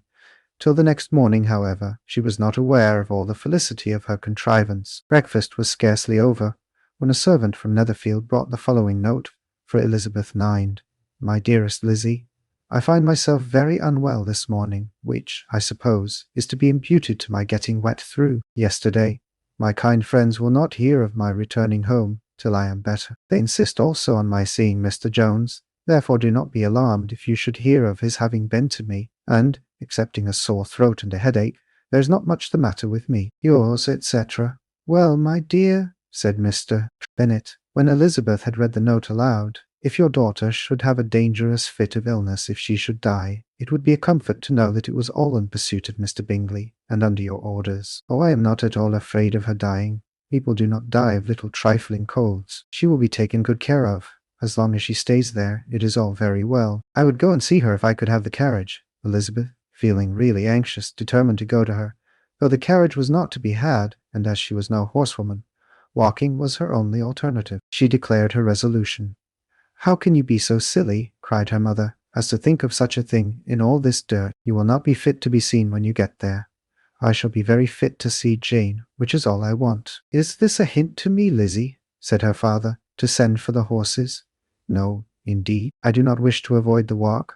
The distance is nothing when one has a motive, only 3 miles. I shall be back by dinner. I admire the activity of your benevolence, observed Mary, but every impulse of feeling should be guided by reason, and in my opinion, exertion should always be in proportion to what is required. We will go as far as Meryton with you, said Catherine and Lydia. Elizabeth accepted their company, and the 3 young ladies set off together. If we make haste, said Lydia as they walked along, perhaps we may see something of Captain Carter before he goes. In Meryton, they parted. The 2 youngest repaired to the lodgings of one of the officers' wives, and Elizabeth continued her walk alone, crossing field after field at a quick pace, jumping over stiles and springing over puddles with impatient activity, and finding herself at last within view of the house, with weary ankles, dirty stockings, and a face glowing with the warmth of exercise. She was shown into the breakfast parlour, where all but Jane were assembled, and where her appearance created a great deal of surprise. That she should have walked 3 miles so early in the day in such dirty weather, and by herself, was almost incredible to Mrs. Hurst and Miss Bingley, and Elizabeth was convinced that they held her in contempt for it. She was received, however, very politely by them, and in their brother's manners there was something better than politeness. There was good humour and kindness. Mr. Darcy said very little, and Mr. Hurst nothing at all. The former was divided between admiration, the brilliancy which exercise had given to her complexion, and doubt as to the occasions justifying her coming so far alone. The latter was thinking only of his breakfast. Her inquiries after her sister were not very favourably answered. Miss Bennet had slept ill, and though up, was very feverish, and not well enough to leave her room. Elizabeth was glad to be taken to her immediately, and Jane, who had only been withheld by the fear of giving alarm or inconvenience from expressing in her note how much she longed for such a visit, was delighted at her entrance. She was not equal, however, to much conversation, and when Miss Bingley left them together, could attempt little beside expressions of gratitude for the extraordinary kindness she was treated with. Elizabeth silently attended her. When breakfast was over, they were joined by the sisters, and Elizabeth began to like them herself, when she saw how much affection and solicitude they showed for Jane. The apothecary came, and having examined his patient, said, as might be supposed, that she had caught a violent cold, and that they must endeavour to get the better of it, advised her to return to bed, and promised her some draughts. The advice was followed readily, for the feverish symptoms increased, and her head ached acutely. Elizabeth did not quit her room for a moment, nor were the other ladies often absent, the gentlemen being out. They had in fact nothing to do elsewhere. When the clock struck 3, Elizabeth felt that she must go, and very unwillingly said so. Miss Bingley offered her the carriage, and she only wanted a little pressing to accept it, when Jane testified such concern at parting with her, that Miss Bingley was obliged to convert the offer of the chaise into an invitation to remain at Netherfield for the present. Elizabeth most thankfully consented, and a servant was dispatched to Longbourn to acquaint the family with her stay, and bring back a supply of clothes. The apothecary came covering a screen. Chapter 8. At 5 o'clock the two ladies retired to dress, and at 6:30 Elizabeth was summoned to dinner. To the civil inquiries which then poured in, and amongst which she had the pleasure of distinguishing the much superior solicitude of Mr. Bingley, she could not make a very favourable answer. Jane was by no means better. The sisters, on hearing this, repeated 3 or 4 times how much they were grieved, how shocking it was to have a bad cold, and how excessively they disliked being ill themselves, and then thought no more of the matter, and their indifference towards Jane, when not immediately before them, restored Elizabeth to the enjoyment of all her original dislike. Their brother, indeed, was the only one of the party whom she could regard with any complacency. His anxiety for Jane was evident, and his attentions to herself most pleasing, and they prevented her feeling herself so much an intruder as she believed she was considered by the others. She had very little notice from any but him. Miss Bingley was engrossed by Mr. Darcy, her sister scarcely less so, and as for Mr. G. Hurst, by whom Elizabeth sat, he was an indolent man, who lived only to eat, drink, and play at cards, who, when he found her prefer a plain dish to a ragout, had nothing to say to her. When dinner was over, she returned directly to Jane, and Miss Bingley began abusing her as soon as she was out of the room. Her manners were pronounced to be very bad indeed, a mixture of pride and impertinence. She had no conversation, no style, no taste, no beauty. Mrs. Hurst thought the same, and added, "She has nothing, in short, to recommend her, but being an excellent walker. I shall never forget her appearance this morning. She really looked almost wild." "She did indeed, Louisa. I could hardly keep my countenance. Very nonsensical to come at all. Why must she be scampering about the country? Because her sister had a cold. Her hair so untidy, so blowsy. Yes, and her petticoat. I hope you saw her petticoat, 6 inches deep in mud, I'm absolutely certain. And the gown which had been let down to hide it, not doing its office." "Your picture may be very exact, Louisa," said Bingley, "but this was all lost upon me. I thought Miss Elizabeth Bennet looked remarkably well when she came into the room this morning. Her dirty petticoat quite escaped my notice. You observed it, Mr. Darcy?" "I am sure," said Miss Bingley, "and I am inclined to think that you would not wish to see your sister make such an exhibition." "Certainly not. To walk 3 miles, or 4 miles, or 5 miles, or whatever it is, above her ankles in dirt, and alone, quite alone. What could she mean by it? It seems to me to show an abominable sort of conceited independence, a most country town indifference to decorum." "It shows an affection for her sister that is very pleasing," said Bingley. "I am afraid, Mr. Darcy," observed Miss Bingley, in a half-whisper, "that this adventure has rather affected your admiration of her fine eyes." "Not at all," he replied. "They were brightened by the exercise." A short pause followed this speech, and Mrs. Hurst began again. "I have an excessive regard for Jane Bennet. She is really a very sweet girl, and I wish with all my heart she were well settled. But with such a father and mother, and such low connections, I am afraid there is no chance of it. I think I've heard you say that their uncle is an attorney in Meryton." "Yes, and they have another, who lives somewhere near Cheapside." "That is capital," added her sister, and they both laughed heartily. "If they had uncles enough to fill all Cheapside," cried Bingley, "it would not make them one jot less agreeable. But it must very materially lessen their chance of marrying men of any consideration in the world," replied Darcy. To this speech Bingley made no answer, but his sisters gave it their hearty assent, and indulged their mirth for some time at the expense of their dear friend's vulgar relations. With a renewal of tenderness, however, they repaired to her room on leaving the dining-parlour, and sat with her till summoned to coffee. She was still very poorly, and Elizabeth would not quit her at all, till late in the evening, when she had the comfort of seeing her asleep, and when it appeared to her rather right than pleasant that she should go downstairs herself. On entering the drawing-room, she found the whole party at loo, and was immediately invited to join them, but suspecting them to be playing high, she declined it, and making her sister the excuse, said she would amuse herself for the short time she could stay below with a book. Mr. Hurst looked at her with astonishment. "Do you prefer reading to cards?" said he. "That is rather singular." "Miss Eliza Bennet," said Miss Bingley, "despises cards.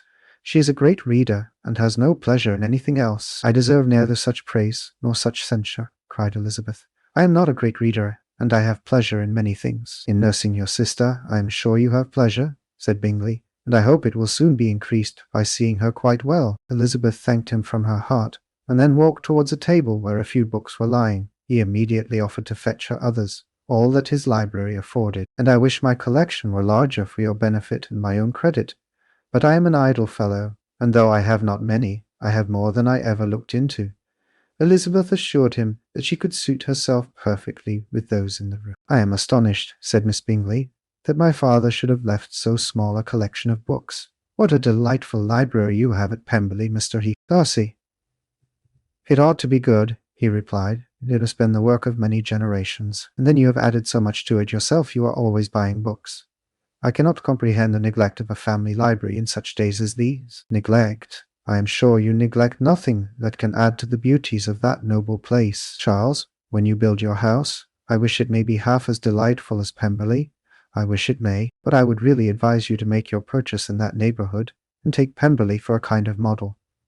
There is not a finer county in England than Derbyshire. With all my heart I will buy Pemberley itself, if Darcy will sell it. I am talking of possibilities, Charles. Upon my word, Caroline, I should think it more possible to get Pemberley by purchase than by imitation." Elizabeth was so much caught by what passed as to leave her very little attention for her book, and soon laying it wholly aside, she drew near the card table and stationed herself between Mr. Bingley and his eldest sister to observe the game. "Is Miss Darcy much grown since the spring?" said Miss Bingley. "Will she be as tall as I am?" "I think she will. She is now about Miss Elizabeth Bennet's height, or rather taller. How I long to see her again. I never met with anybody who delighted me so much. Such a countenance, such manners, and so extremely accomplished for her age. Her performance on the pianoforte is exquisite. It is amazing to me," said Bingley, "how young ladies can have patience to be so very accomplished as they all are." "All young ladies accomplished? My dear Charles, what do you mean?" "Yes, all of them, I think.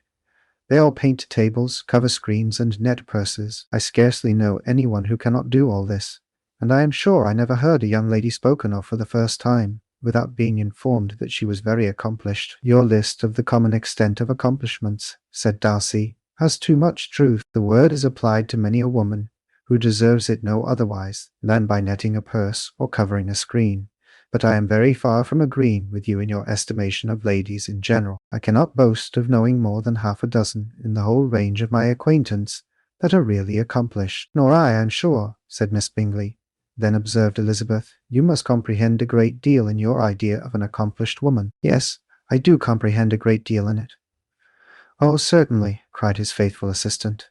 "No one can be really esteemed accomplished who does not greatly surpass what is usually met with. A woman must have a thorough knowledge of music, singing, drawing, dancing, and the modern languages to deserve the word. And besides all this, she must possess a certain something in her air and manner of walking, the tone of her voice, her dress and expressions, or the word will be but half deserved. All this she must possess," added Darcy, "and to all she must yet add something more substantial in the improvement of her mind by extensive reading. I am no longer surprised at your knowing only 6 accomplished women. I rather wonder now at your knowing any. Are you so severe upon your own sex as to doubt the possibility of all this? I never saw such a woman. I never saw such capacity, and taste, and application, and elegance, as you describe, united." Mrs. Hurst and Miss Bingley both cried out against the injustice of her implied doubt, and were both protesting that they knew many women who answered this description, when Mr. Hurst called them to order with bitter complaints of their inattention to what was going forward. As all conversation was thereby at an end, Elizabeth soon afterwards left the room. "Eliza Bennet," said Miss Bingley, when the door was closed on her, "is one of those young ladies who seek to recommend themselves to the other sex by undervaluing their own. And with many men I dare say it succeeds, but in my opinion it is a paltry device, a very mean art." "Undoubtedly," replied Darcy, to whom this remark was chiefly addressed, There is meanness in all the arts which ladies sometimes condescend to employ for captivation. Whatever bears affinity to cunning is despicable. Miss Bingley was not so entirely satisfied with this reply as to continue the subject. Elizabeth joined them again only to say that her sister was worse, and that she could not leave her. Bingley urged Mr. Jones being sent for immediately, while his sisters, convinced that no country advice could be of any service, recommended an express to town for one of the most eminent physicians. This she would not hear of, but she was not so unwilling to comply with their brother's proposal, and it was settled that Mr. Jones should be sent for early in the morning, if Miss Bennet were not decidedly better. Bingley was quite uncomfortable. His sisters declared that they were miserable. They solaced their wretchedness, however, by duets after supper, while he could find no better relief to his feelings than by giving his housekeeper directions that every possible attention might be paid to the sick lady and her sister, Elizabeth Bennet, and her two youngest girls. Chapter 9. Elizabeth passed the chief of the night in her sister's room, and in the morning had the pleasure of being able to send a tolerable answer to the inquiries which she very early received from Mr. Bingley by a housemaid, and some time afterwards from the two elegant ladies who waited on his sisters. In spite of this amendment, however, she requested to have a note sent to Longbourn, desiring her mother to visit Jane and form her own judgment of her situation. The note was immediately dispatched, and its contents as quickly complied with. Mrs. Bennet, accompanied by her two youngest girls, reached Netherfield soon after the family breakfast. Had she found Jane in any apparent danger, Mrs. Bennet would have been very miserable, but being satisfied on seeing her that her illness was not alarming, she had no wish of her recovering immediately, as her restoration to health would probably remove her from Netherfield. She would not listen, therefore, to her daughter's proposal of being carried home. Neither did the apothecary, who arrived about the same time, think it at all advisable. After sitting a little while with Jane on Miss Bingley's appearance and invitation, the mother and three daughters all attended her into the breakfast parlour. Bingley met them with hopes that Mrs. Bennet had not found Miss Bennet worse than she expected. "Indeed I have, sir," was her answer. "She is a great deal too ill to be moved. Mr. Jones says we must not think of moving her." "We must trespass a little longer on your kindness." "Removed," cried Bingley. "It must not be thought of. My sister, I am sure, will not hear of her removal." "You may depend upon it, madam," said Miss Bingley, with cold civility, "that Miss Bennet shall receive every possible attention while she remains with us." Mrs. Bennet was profuse in her acknowledgments. "I am sure," she added, "if it was not for such good friends, I do not know what would become of her, for she is very ill indeed, and suffers a vast deal, though with the greatest patience in the world, which is always the way with her, for she has, without exception, the sweetest temper I ever met with. I often tell my other girls they are nothing to her. You have a sweet room here, Mr. Bingley, and a charming prospect over that gravel walk. I do not know a place in the country that is equal to Netherfield. You will not think of quitting it in a hurry, I hope, though you have but a short lease." "Whatever I do is done in a hurry," replied he, "and therefore, if I should resolve to quit Netherfield, I should probably be off in 5 minutes. At present, however, I consider myself as quite fixed here." "That is exactly what I should have supposed of you," said Elizabeth. "You begin to comprehend me, do you?" cried he, turning towards her. "Oh, yes, I understand you perfectly. I wish I might take this for a compliment, but to be so easily seen through, I am afraid, is pitiful. That is as it happens. It does not necessarily follow that a deep, intricate character is more or less estimable than such a one as yours." "Lizzie," cried her mother, "remember where you are, and do not run on in the wild manner that you are suffered to do at home. I did not know before," continued Bingley immediately, "that you were a studier of character. It must be an amusing study." "Yes, but intricate characters are the most amusing. They have at least that advantage." "The country," said Darcy, "can in general supply but few subjects for such a study. In a country neighbourhood, you move in a very confined and unvarying society, but people themselves alter so much that there is something new to be observed in them forever." "Yes, indeed," cried Mrs. Bennet, offended by his manner of mentioning a country neighbourhood. "I assure you there is quite as much of that going on in the country as in town." Everybody was surprised, and Darcy, after looking at her for a moment, turned silently away. Mrs. Bennet, who fancied she had gained a complete victory over him, continued her triumph. "I cannot see that London has any great advantage over the country, for my part, except the shops and public places. The country is a vast deal pleasanter, is not it, Mr. Bingley? When I am in the country, he replied, I never wish to leave it, and when I am in town, it is pretty much the same. They have each their advantages, and I can be equally happy in either. Ay, that is because you have the right disposition. But that gentleman, looking at Darcy, seemed to think the country was nothing at all. Indeed, mamma, you are mistaken, said Elizabeth, blushing for her mother. You quite mistook Mr. Darcy. He only meant that there was not such a variety of people to be met with in the country as in town, which you must acknowledge to be true. Certainly, my dear, nobody said there were.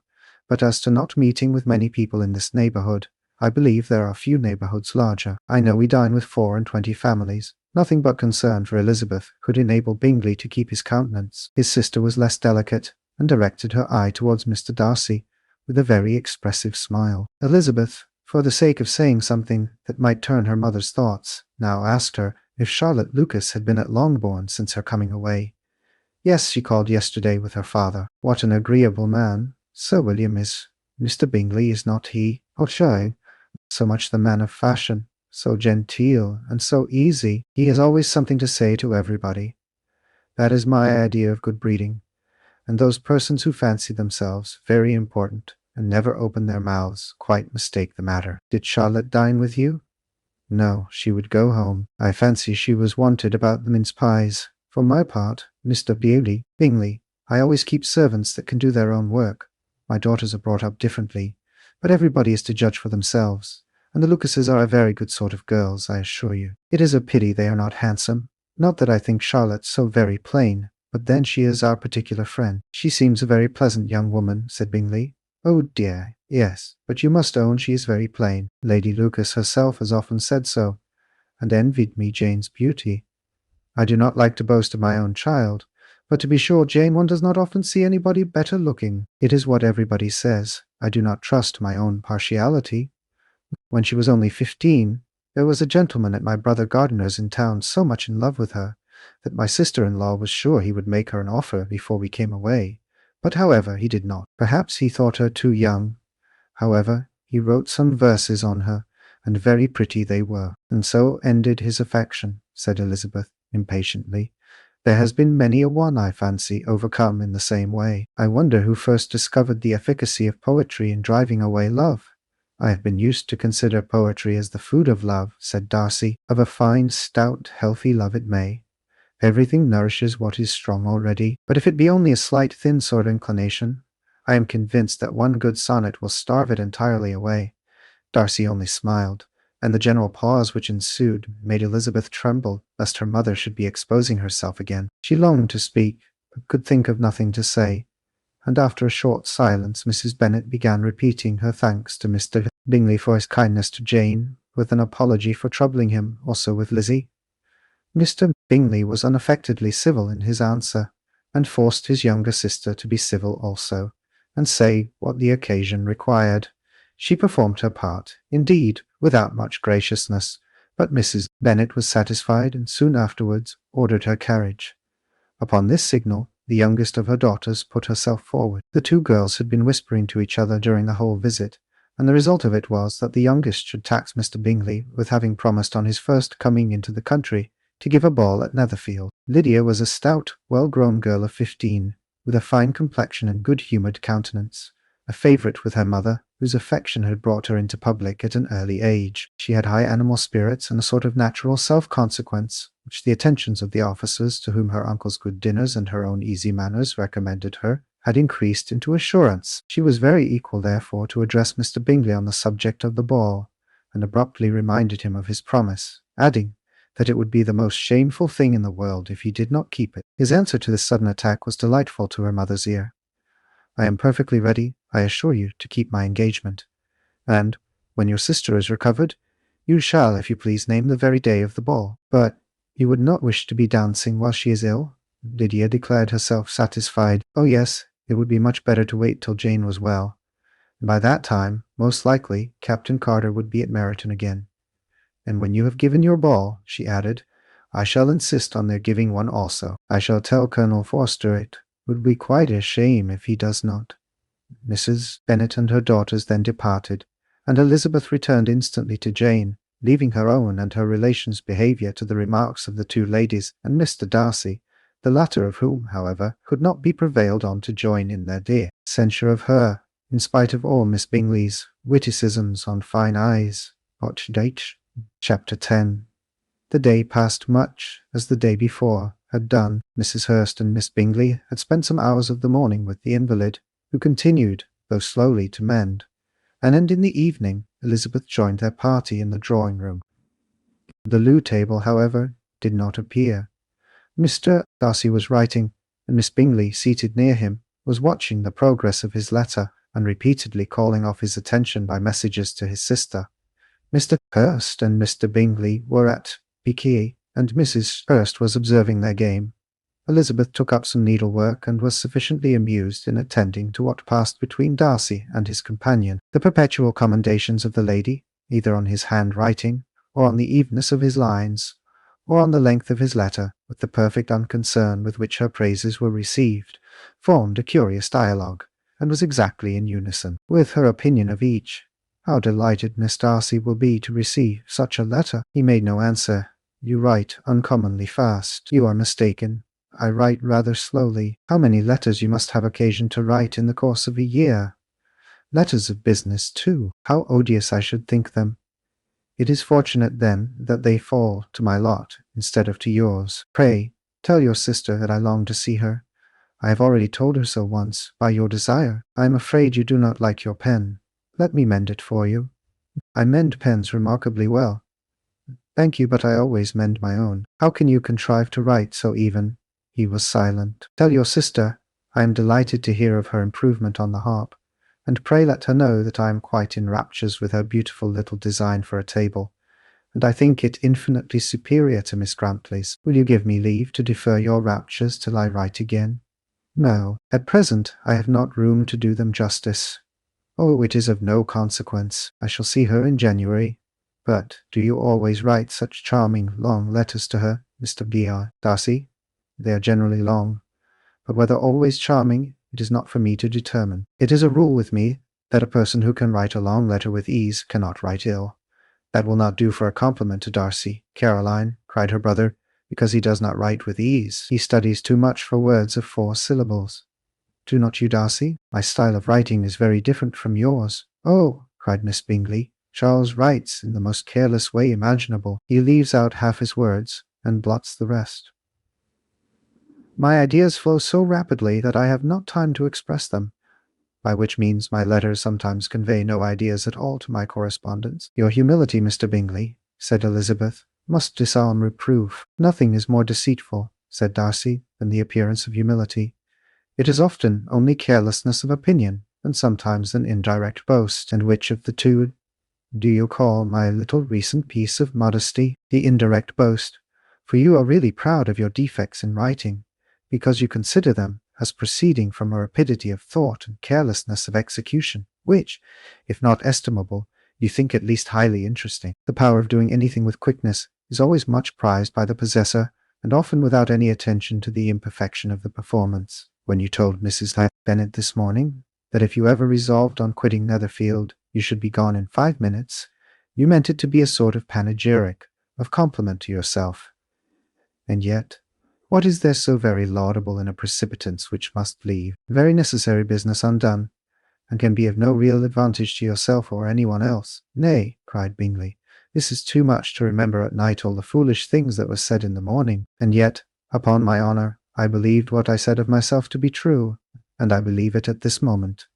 At least, therefore, I did not assume the character of needless precipitance merely to show off before the ladies. I dare say you believed it, but I am by no means convinced that you would be gone with such celerity. Your conduct would be quite as dependent on chance as that of any man I know, and if, as you were mounting your horse, a friend were to say, 'Bingley, you had better stay till next week,' you would probably do it, you would probably not go, and, at a cheat, another word might stay a month."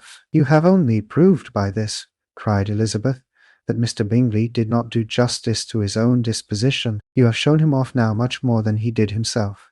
"I am exceedingly gratified," said Bingley, by your converting what my friend says into a compliment on the sweetness of my temper. But I'm afraid you are giving it a turn which that gentleman did by no means intend, for he would certainly think the better of me, if, under such a circumstance, I were to give a flat denial, and ride off as fast as I could. Would Mr. Darcy then consider the rashness of your original intention as atoned for by your obstinacy in adhering to it? Upon my word, I cannot exactly explain the matter. Darcy must speak for himself. You expect me to account for opinions which you choose to call mine, but which I have never acknowledged. Allowing the case, however, to stand according to your representation, you must remember, Miss Bennet, that the friend who is supposed to desire his return to the house, and the delay of his plan, has merely desired it, asked it without offering one argument in favour of its propriety. To yield readily, easily to the persuasion of a friend is no merit with you. To yield without conviction is no compliment to the understanding of either. You appear to me, Mr. Darcy, to allow nothing for the influence of friendship and affection. A regard for the requester would often make one readily yield to a request, without waiting for arguments to reason one into it. I am not particularly speaking of such a case as you have supposed, about Mr. Bingley. We may as well wait, perhaps, till the circumstance occurs, before we discuss the discretion of his behaviour thereupon. But, in general and ordinary cases between friend and friend, where one of them is desired by the other to change a resolution of no very great moment, should you think ill of that person for complying with the desire, without waiting to be argued into it, will it not be advisable, before we proceed on this subject, to arrange with rather more precision the degree of importance which is to appertain to this request, as well as the degree of intimacy subsisting between the parties? By all means, cried Bingley, let us hear all the particulars, not forgetting their comparative height and size, for that will have more weight in the argument, Miss Bennet, than you may be aware of. I assure you that if Darcy were not such a great tall fellow, in comparison with myself, I should not pay him half so much deference. I declare I do not know a more awful object than Darcy on particular occasions, and in particular places, at his own house especially, and of a Sunday evening, when he has nothing to do. Mr. Darcy smiled, but Elizabeth thought she could perceive that he was rather offended, and therefore checked her laugh. Miss Bingley warmly resented the indignity he had received, in an expostulation with her brother for talking such nonsense. I see your design, Bingley, said his friend. You dislike an argument, and want to silence this. Perhaps I do. Arguments are too much like disputes. If you and Miss Bennet will defer yours till I am out of the room, I shall be very thankful, and then you may say whatever you like of me. What you ask, said Elizabeth, is no sacrifice on my side, and Mr. Darcy had much better finish his letter. Mr. Darcy took her advice and did finish his letter. When that business was over, he applied to Miss Bingley and Elizabeth for the indulgence of some music. Miss Bingley moved with alacrity to the pianoforte, and after a polite request that Elizabeth would lead the way, which the other as politely and more earnestly negatived, she seated herself. Mrs. Hurst sang with her sister, and while they were thus employed, Elizabeth could not help observing, as she turned over some music books that lay on the instrument, how frequently Mr. Darcy's eyes were fixed on her. She hardly knew how to suppose that she could be an object of admiration to so great a man, and yet that he should look at her because he disliked her was still more strange. She could only imagine, however, at last, that she drew his notice because there was something about her more wrong and reprehensible, according to his ideas of right, than in any other person present. The supposition did not pain her. She liked him too little to care for his approbation. After playing some Italian songs, Miss Bingley varied the charm by a lively Scotch air, and soon afterwards Mr. Darcy, drawing near Elizabeth, said to her, "Do you not feel a great inclination, Miss Bennet, to seize such an opportunity of dancing a real?" "No," she smiled, but made no answer. He repeated the question with some surprise at her silence. "Oh," said she, "I heard you before, but I could not immediately determine what to say in reply. You wanted me, I know, to say, yes, that you might have the pleasure of despising my taste, but I always delight in overthrowing those kind of schemes, and cheating a person of their premeditated contempt. I have therefore made up my mind to tell you that I do not want to dance a reel at all, and now despise me if you dare. Indeed, I do not dare." Elizabeth, having rather expected to affront him, was amazed at his gallantry, but there was a mixture of sweetness and archness in her manner, which made it difficult for her to affront anybody, and Darcy had never been so bewitched by any woman as he was by her. He really believed that, were it not for the inferiority of her connections, he should be in some danger. Miss Bingley saw, or suspected, enough to be jealous, and her great anxiety for the recovery of her dear friend, Jane received some assistance from her desire of getting rid of Elizabeth. She often tried to provoke Darcy into disliking her guest by talking of their supposed marriage, and planning his happiness in such an alliance. "I hope," said she, as they were walking together in the shrubbery the next day, "you will give your mother-in-law a few hints when this desirable event takes place as to the advantage of holding her tongue. And if you can compass it, to cure the advantage younger girls of running after the officers. And if I may mention so delicate a subject, endeavour to check that little something, bordering on conceit and impertinence, which your lady possesses. No, no, stay where you are. Have you anything else to propose for my domestic felicity? Oh yes. Do let the portraits of your uncle and Aunt Phillips be placed in the gallery at Pemberley. Put them next to your great-uncle the judge. They are in the same profession, you know, only in different lines. As for your Elizabeth's picture, you must not attempt to have it taken, for what painter could do justice to those beautiful eyes? It would not be easy indeed to catch their expression, but their colour and shape, and the eyelashes, so remarkably fine, might be copied." At that moment they were met from another walk by Mrs. Hurst and Elizabeth herself. "I did not know that you intended to walk," said Miss Bingley, in some confusion, lest they had been overheard. "You're just abominably ill," answered Mrs. Hurst, "running away without telling us that you were coming out." Then, taking the disengaged arm of Mr. Darcy, she left Elizabeth to walk by herself. The path just admitted 3. Mr. Darcy felt their rudeness, and immediately said, "This walk is not wide enough for our party. We had better go into the avenue." But Elizabeth, who had not the least inclination to remain with them, laughingly answered, "No, no, stay where you are. You are charmingly grouped, and appear to uncommon advantage. The picturesque would be spoilt by admitting a 4th. Goodbye." She then ran gaily off, rejoicing as she rambled about, in the hope of being at home again in a day or 2. Jane was already so much recovered as to intend leaving her room for a couple of hours that evening, piling up the fire joyed. Chapter 11. When the ladies removed after dinner, Elizabeth ran up to her sister, and seeing her well guarded from cold, attended her into the drawing-room, where she was welcomed by her 2 friends with many professions of pleasure, and Elizabeth had never seen them so agreeable as they were during the hour which passed before the gentlemen appeared. Their powers of conversation were considerable. They could describe an entertainment with accuracy, relate an anecdote with humour, and laugh at their acquaintance with spirit. But when the gentlemen entered, Jane was no longer the first object. Miss Bingley's eyes were instantly turned towards Darcy, and she had something to say to him before he had advanced many steps. He addressed himself directly to Miss Bennet with a polite congratulation. Mr. Boyle first also made her a slight bow, and said he was very glad, but diffuseness and warmth remained for Bingley's salutation. He was full of joy and attention. The first half-hour was spent in piling up the fire, lest she should suffer from the change of room, and she removed at his desire to the other side of the fireplace, that she might be farther from the door. He then sat down by her, and talked scarcely to anyone else. Elizabeth, at work in the opposite corner, saw it all with great delight. When tea was over, Mr. Hurst reminded his sister-in-law of the card-table, but in vain. She had obtained private intelligence that Mr. Darcy did not wish for cards, and Mr. Hurst soon found even his open petition rejected. She assured him that no one intended to play, and the silence of the whole party on the subject seemed to justify her. Mr. Hurst had therefore nothing to do but to stretch himself on one of the sofas and go to sleep.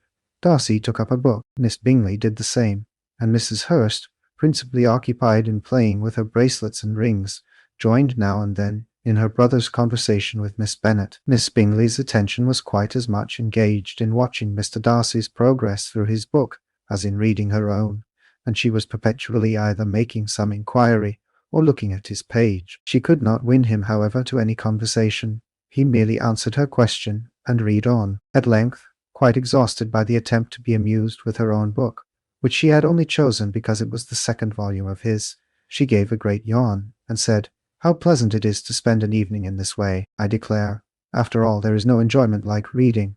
How much sooner one tires of anything than of a book. When I have a house of my own, I shall be miserable if I have not an excellent library." No one made any reply. She then yawned again, threw aside her book, and cast her eyes round the room in quest of some amusement, when, hearing her brother mentioning a ball to Miss Bennet, she turned suddenly towards him and said, "By the by, Charles, are you really serious in meditating a dance at Netherfield? I would advise you, before you determine on it, to consult the wishes of the present party. I am much mistaken if there are not some among us to whom a ball would be rather a punishment than a pleasure." "If you mean Darcy," cried her brother, "he may go to bed if he chooses before it begins. But as for the ball, it is quite a settled thing, and as soon as Nichols has made white soup enough, I shall send round my cards." "I should like balls infinitely better," she replied, "if they were carried on in a different manner. But there is something insufferably tedious in the usual process of such a meeting. It would surely be much more rational if conversation instead of dancing made the order of the day." "Much more rational, my dear Caroline, I dare say, but it would not be near so much like a ball." Miss Bingley made no answer, and soon afterwards got up and walked about the room. Her figure was elegant, and she walked well, but Darcy, at whom it was all aimed, was still inflexibly studious. In the desperation of her feelings she resolved on one effort more, and turning to Elizabeth said, "Miss Eliza Bennet, let me persuade you to follow my example, and take a turn about the room. I assure you it is very refreshing after sitting so long in one attitude." Elizabeth was surprised, but agreed to it immediately. Miss Bingley succeeded no less in the real object of her civility. Darcy looked up. He was as much awake to the novelty of attention in that quarter as Elizabeth herself could be, and unconsciously closed his book. He was directly invited to join their party, but he declined it, observing that he could imagine but two motives for their choosing to walk up and down the room together, with either of which motives his joining them would interfere. What could he mean? She was dying to know what could be his meaning, and asked Elizabeth whether she could at all understand him. "Not at all," was her answer, "but, depend upon it, he means to be severe on us, and our surest way of disappointing him would be to ask nothing about it." Miss Bingley, however, was incapable of disappointing Mr. Darcy in anything, and persevered, therefore, in requiring an explanation of his two motives. "I have not the smallest objection to explaining them," said he, as soon as she allowed him to speak. "You either choose this method of passing the evening because you are in each other's confidence, and have secret affairs to discuss, or because you are conscious that your figures appear to the greatest advantage in walking. If the first, I should be completely in your way, and if the second, I can admire you much better as I sit by the fire." "Oh, shocking!" cried Miss Bingley. "I never heard anything so abominable. How shall we punish him for such a speech?" "Nothing so easy, if you have but the inclination," said Elizabeth. "We can all plague and punish one another, tease him, laugh at him. Intimate as you are, you must know how it is to be done." "But upon my honour, I do not. I do assure you that my intimacy has not yet taught me that. Tease calmness of temper and presence of mind. No, no, I feel he may defy us there. And as to laughter, we will not expose ourselves, if you please, by attempting to laugh without a subject. Mr. Darcy may hug himself. Mr. Darcy is not to be laughed at," cried Elizabeth. "That is an uncommon advantage, and uncommon I hope it will continue, for it would be a great loss to me to have many such acquaintance. I dearly love a laugh. Miss Bingley," said he, "has given me credit for more than can be. The wisest and best of men, nay, the wisest and best of their actions, may be rendered ridiculous by a person whose first object in life is a joke." "Certainly," replied Elizabeth, "there are such people, but I hope I am not one of them. I hope I never ridicule what is wise or good. Follies and nonsense, whims and inconsistencies, do divert me, I own, and I laugh at them whenever I can. But these, I suppose, are precisely what you are without. Perhaps that is not possible for anyone. But it has been the study of my life to avoid those weaknesses which often expose a strong understanding to ridicule, such as vanity and pride. Yes, vanity is a weakness indeed, but pride, where there is a real superiority of mind, pride will be always under good regulation." Elizabeth turned away to hide a smile. "Your examination of Mr. Darcy is over, I presume," said Miss Bingley. "And pray, what is the result?" "I am perfectly convinced by it that Mr. Darcy has no defect. He owns it himself without disguise." "No," said Darcy, "I have made no such pretension. I have faults enough, but they are not, I hope, of understanding. My temper I dare not vouch for. It is, I believe, too little yielding, certainly too little for the convenience of the world. I cannot forget the follies and vices of others so soon as I ought, nor their offences against myself. My feelings are not puffed about with every attempt to move them.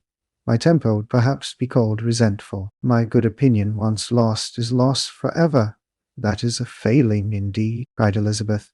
Implacable resentment is a shade in a character.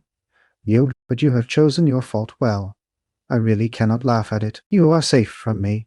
There is, I believe, in every disposition, a tendency to some particular evil, a natural defect, which not even the best education can overcome, and your defect is a propensity to hate everybody. And yours, he replied with a smile, is wilfully to misunderstand them. Do let us have a little music, cried Miss Bingley, tired of a conversation in which she had no share. Louisa, you will not mind my waking Mr. Hurst. Her sister made not the smallest objection, and the pianoforte was opened, and Darcy, after a few moments' recollection, was not sorry for it. He began to feel the danger of paying Elizabeth too much attention. Chapter 12. Twattry. In consequence of an agreement between the sisters, Elizabeth wrote the next morning to her mother, to beg that the carriage might be sent for them in the course of the day.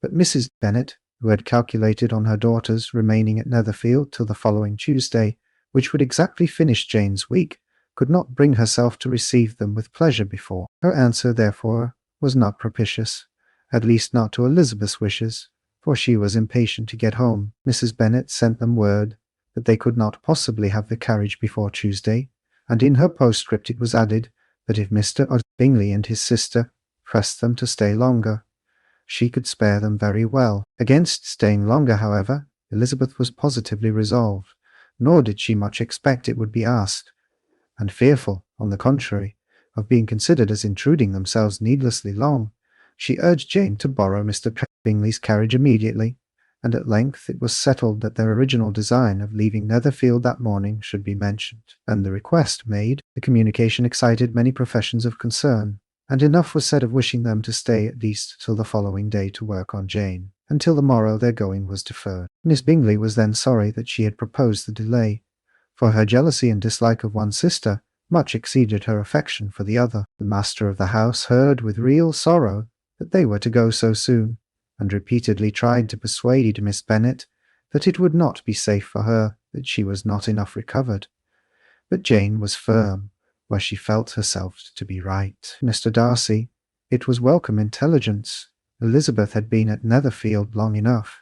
She attracted him more than he liked, and Miss Bingley was uncivil to her, and more teasing than usual to himself. He wisely resolved to be particularly careful that no sign of admiration should now escape him, nothing that could elevate her with the hope of influencing his felicity, sensible that if such an idea had been suggested, his behaviour during the suggested last day must have material weight in confirming or crushing it. Steady to his purpose, he scarcely spoke 10 words to her through the whole of Saturday, and though they were at one time left by themselves for half an hour, he adhered most conscientiously to his book, and would not even look at her. On Sunday, after morning service, the separation, so agreeable to almost all, took place. Miss Bingley's civility to Elizabeth increased at last very rapidly, as well as her affection for Jane, and when they parted, after assuring the latter of the pleasure it would always give her to see her either at Longbourn or Netherfield, and down, embracing her most tenderly, she even shook hands with the former. Elizabeth took leave of the whole party in the liveliest spirits. They were not welcomed home very cordially by their mother. Mrs. Bennet wondered at their coming, and thought them very wrong to give so much trouble, and was sure Jane would have caught cold again. But their father, though very laconic in his expressions of pleasure, was really glad to see them. He had felt their importance in the family circle. The evening conversation, when they were all assembled, had lost much of its animation, and almost all its sense, by the absence of Jane and Elizabeth. They found Mary, as usual, deep in the study of thorough base and human nature, and had some new extracts to admire, and some new observations of threadbare morality to listen to. Catherine and Lydia had information for them of a different sort. Much had been done, and much had been said in the regiment since the preceding Wednesday.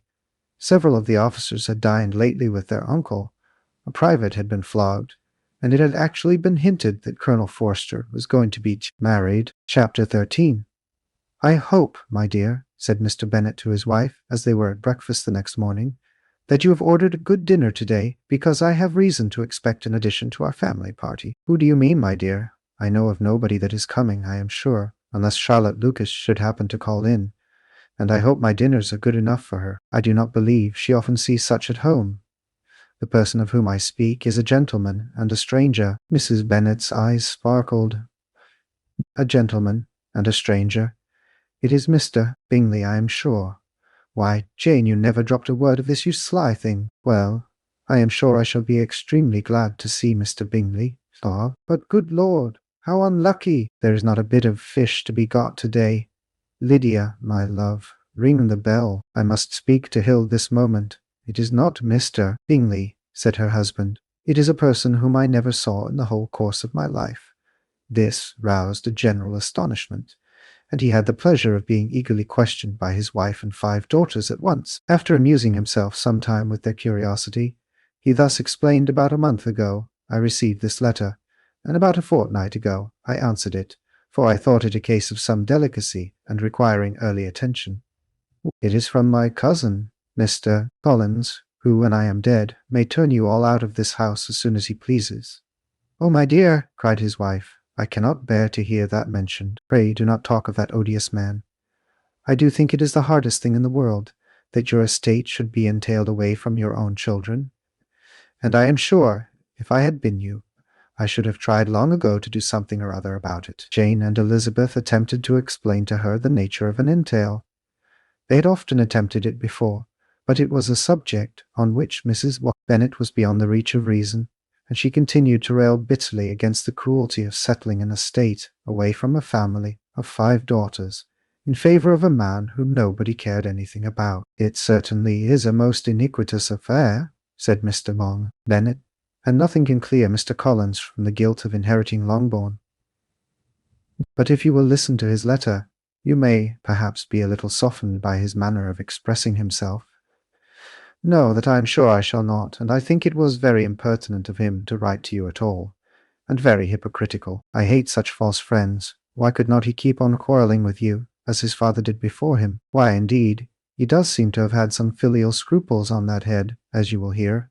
Write Hunsford, near Westerham, Kent, 15th October. Dear sir, the disagreement subsisting between yourself and my late honoured father always gave me much uneasiness, and since I have had the misfortune to lose him, I frequently wished to heal the breach, but for some time I was kept back by my own doubts, fearing lest it might seem disrespectful to his memory for me to be on good terms with anyone with whom it had always pleased him to be at variance.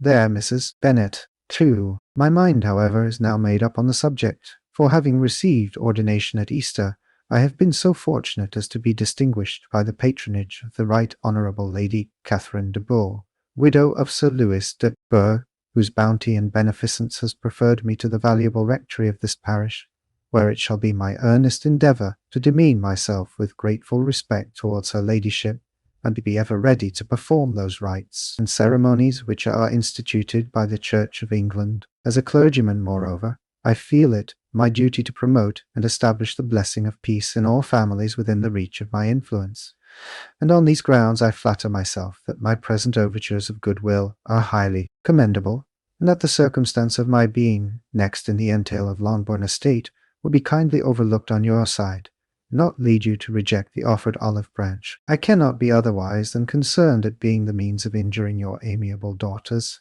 and beg leave to apologize for it, as well as to assure you of my readiness to make them every possible amends. But of this hereafter. If you should have no objection to receive me into your house, I propose myself the satisfaction of waiting on you and your family Monday, November 18th, by 4 o'clock, and shall probably trespass on your hospitality till the Saturday se'nnight following, which I can do without any inconvenience, as Lady Catherine is far from objecting to my occasional absence on a Sunday, provided that some other clergyman is engaged to do the duty of the day. I remain, dear sir, with respectful compliments to your lady and daughters, your well-wisher and friend, William Collins. At 4 o'clock, therefore, we may expect this peacemaking gentleman, said Mr. Bennet as he folded up the letter. He seems to be a most conscientious and polite young man, upon my word, and I doubt not will prove a valuable acquaintance, especially if Lady Catherine should be so indulgent as to let him come to us again. There is some sense in what he says about the girls, however, and if he is disposed to make them any amends, I shall not be the person to discourage him, though it is difficult," said Jane, "to guess in what way he can mean to make us the atonement he thinks our due. The wish is certainly to his credit." Elizabeth was chiefly struck with his extraordinary deference for Lady Catherine, and his kind intention of christening, marrying, and burying his parishioners whenever it were required. "He must be an oddity, I think," said she. "I cannot make him out. There is something very pompous in his style. And what can he mean by apologizing for being next in the entail? We cannot suppose he would help it if he could. Can he be a sensible man, sir? No, my dear, I think not. I have great hopes of finding him quite the reverse. There is a mixture of servility and self-importance in his letter, which promises well. I am impatient to see him." "In point of composition," said Mary, "his letter does not seem defective. The idea of the olive branch perhaps is not wholly new, yet I think it is well expressed. To Catherine and Lydia, neither the letter nor its writer were in any degree interesting. It was next to impossible that their cousin should come in a scarlet coat, and it was now some weeks since they had received pleasure from the society of a man in any other colour. As for their mother, Mr. Collins's letter had done away much of her ill will, and she was preparing to see him with a degree of composure which astonished her husband and daughters. Mr. Collins was punctual to his time, and was received with great politeness by the whole family. Mr. Bennet, indeed, said little, but the ladies were ready enough to talk, and Mr. Collins seemed neither in need of encouragement, nor inclined to be silent himself. He was a tall, heavy-looking young man of 25. His air was grave and stately, and his manners were very formal. He had not been long seated before he complimented Mrs. Bennet on having so fine a family of daughters, said he had heard much of their beauty, but that, in this instance, fame had fallen short of the truth, and added that he did not doubt her seeing them all in due time well disposed of in marriage. This gallantry was not much to the taste of some of his hearers, but Mrs. Bennet, who quarrelled with no compliments, answered most readily, "You are very kind, sir, I am sure, and I wish with all my heart it may prove so, for else they will be destitute enough. Things are settled so oddly. You allude, perhaps, to the entail of this estate." "Ah, sir, I do indeed. It is a grievous affair to my poor girls, you must confess. Not that I mean to find fault with you, for such things, I know, are all chance in this world. There is no knowing how estates will go when once they come to be entailed. I am very sensible, madam, of the hardship to my fair cousins, and could say much on the subject, but that I am cautious of appearing forward and precipitate. But I can assure the young ladies that I come prepared to admire them. At present I will not say more, but perhaps when we are better acquainted." He was interrupted by a summons to dinner, and the girls smiled on each other. They were not the only objects of Mr. Collins's admiration. The hall, the dining-room, and all its furniture were examined and praised, and his commendation of everything would have touched Mrs. Bennet's heart, but for the mortifying supposition of his viewing it all as his own future property. The dinner, too, in its turn, was highly admired, and he begged to know to which of his fair cousins the excellence of its cookery was owing, but here he was set right by Mrs. Bennet, who assured him, with some asperity, that they were very well able to keep a good cook, and that her daughters had nothing to do in the kitchen. He begged pardon for having displeased her. In a softened tone, she declared herself not at all offended, but he continued to apologize for about a quarter of an hour. Chapter 14. During dinner, Mr. Bennet scarcely spoke at all, but when the servants were withdrawn, he thought it time to have some conversation with his guest, and therefore started a subject in which he expected him to shine, by observing that he seemed very fortunate in his seat. Oh, nay, Lady Catherine de Bourgh's attention to his wishes, and consideration for his comfort, appeared very remarkable. Mr. Bennet could not have chosen better. Mr. Collins was eloquent in her praise. The subject elevated him to more than usual solemnity of manner, and with a most important aspect he protested that he had never in his life witnessed such behaviour in a person of ranks, such affability and condescension, as he had himself experienced from Lady Catherine. She had been graciously pleased to approve of both the discourses which he had already had the honour of preaching before her. She had also asked him twice to dine at Rosings, and had sent for him only the Saturday before, to make up her pool of quadrille in the evening. Lady Catherine was reckoned proud by many people he knew, but he had never seen anything but affability in her. She had always spoken to him as she would to any other gentleman. She made not the smallest objection to his joining in the society of the neighbourhood, nor to his leaving his parish occasionally for a week or two to visit his relations. She had even condescended to advise him to marry as soon as he could, provided he chose with discretion, and had once paid him a visit in his humble parsonage, where she had perfectly approved all the alterations he had been making, and had even vouchsafed to suggest some herself. Some shelves in the closets upstairs. That is all very proper and civil, I am sure, said Mrs. Bennet, and I dare say she is a very agreeable woman. It is a pity that great ladies in general are not more like her. Does she live near you, sir? The garden in which stands my humble abode is separated only by a lane from Rosings Park. Her ladyship's residence. I think you said she was a widow, sir. Has she any family? She has one only daughter, the heiress of Rosings, and a very extensive property. Ah, cried Mrs. Bennet, shaking her head, then she's better off than many girls. And what sort of young lady is she? Is she handsome? Well, no, she is a most charming young lady indeed. Lady Catherine herself says that, in point of true beauty, Mr. Burgh is far superior to the handsomest of her sex, because there is that in her features which marks the young woman of distinguished birth. She is unfortunately of a sickly constitution, which has prevented her making that progress in many accomplishments which she could not otherwise have failed of, as I am informed by the lady who superintended her education, and who still resides without them. But she is perfectly amiable, and often condescends to drive by my humble abode in her little phaeton and ponies. Has she been presented?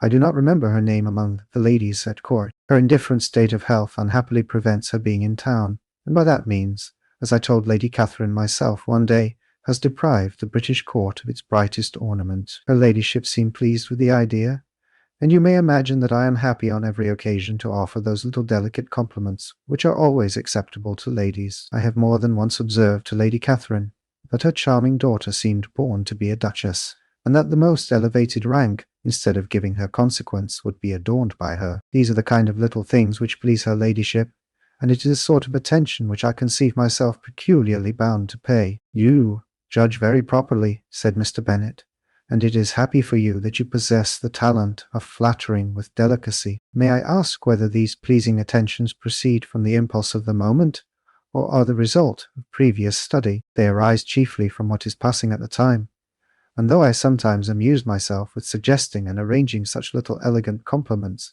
as may be adapted to ordinary occasions, I always wish to give them as unstudied an air as all possible. Mr. Bennet's expectations were fully answered. His cousin was as absurd as he had hoped, and he listened to him with the keenest enjoyment, maintaining at the same time the most resolute composure of countenance, and, except in an occasional glance at Elizabeth, requiring no partner in his pleasure. By tea-time, however, the dose had been enough, and Mr. Bennet was glad to take his guest into the drawing-room again, and when tea was over, glad to invite him, protested that he never read novels, H.T. Feb. 94, to read aloud to the ladies.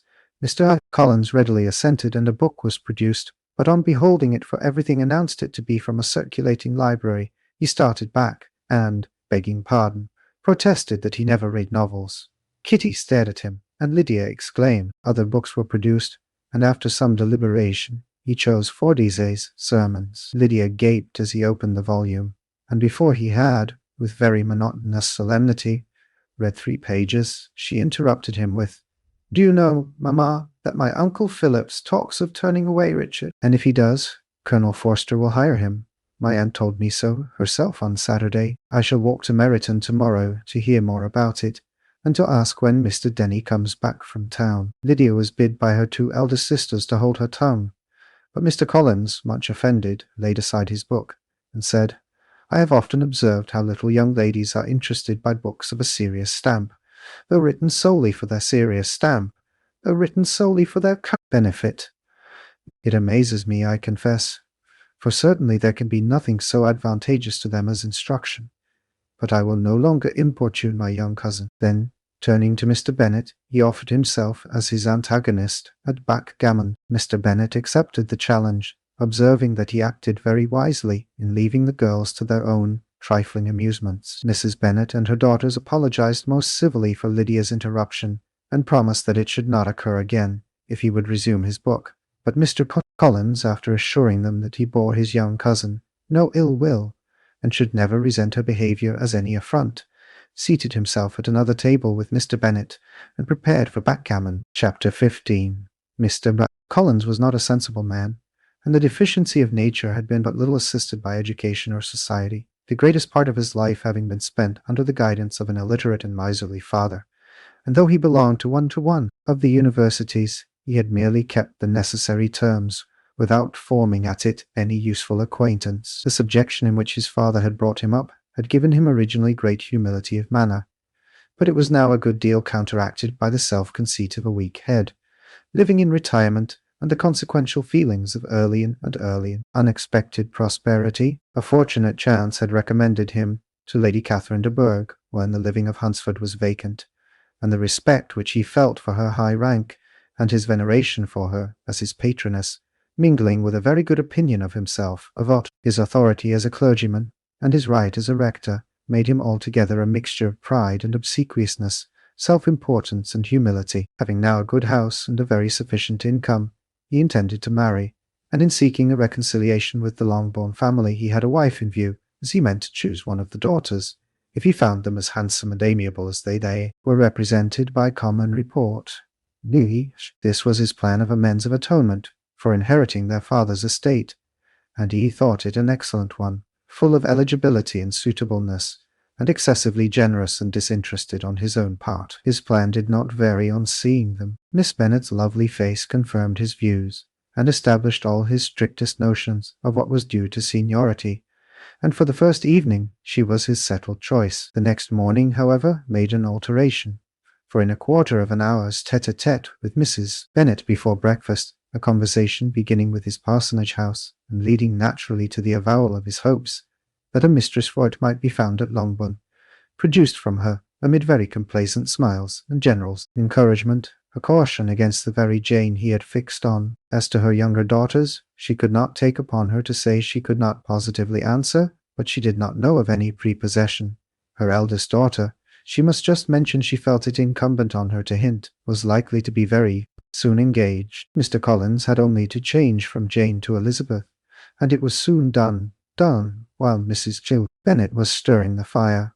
Elizabeth, equally next to Jane in birth and beauty, succeeded her, of course. Mrs. Bennet treasured up the hint, and trusted that she might soon have 2 daughters married, and the man whom she could not bear to speak of the day before was now high in her good graces. Lydia's intention of walking to Meryton was not forgotten. Every sister, except Mary, agreed to go with her, and Mr. Collins was to attend them at the request of Mr. Bennet, who was most anxious to get rid of him and have his library to himself. For thither Mr. Collins had followed him after breakfast, and there he would continue, nominally engaged with one of the largest folios in the collection, but really talking to Mr. Kewan, Valid Conde Wasquari, Wooders, Shabdi Hilbount Bennet, with little cessation of his house and garden at Hunsford.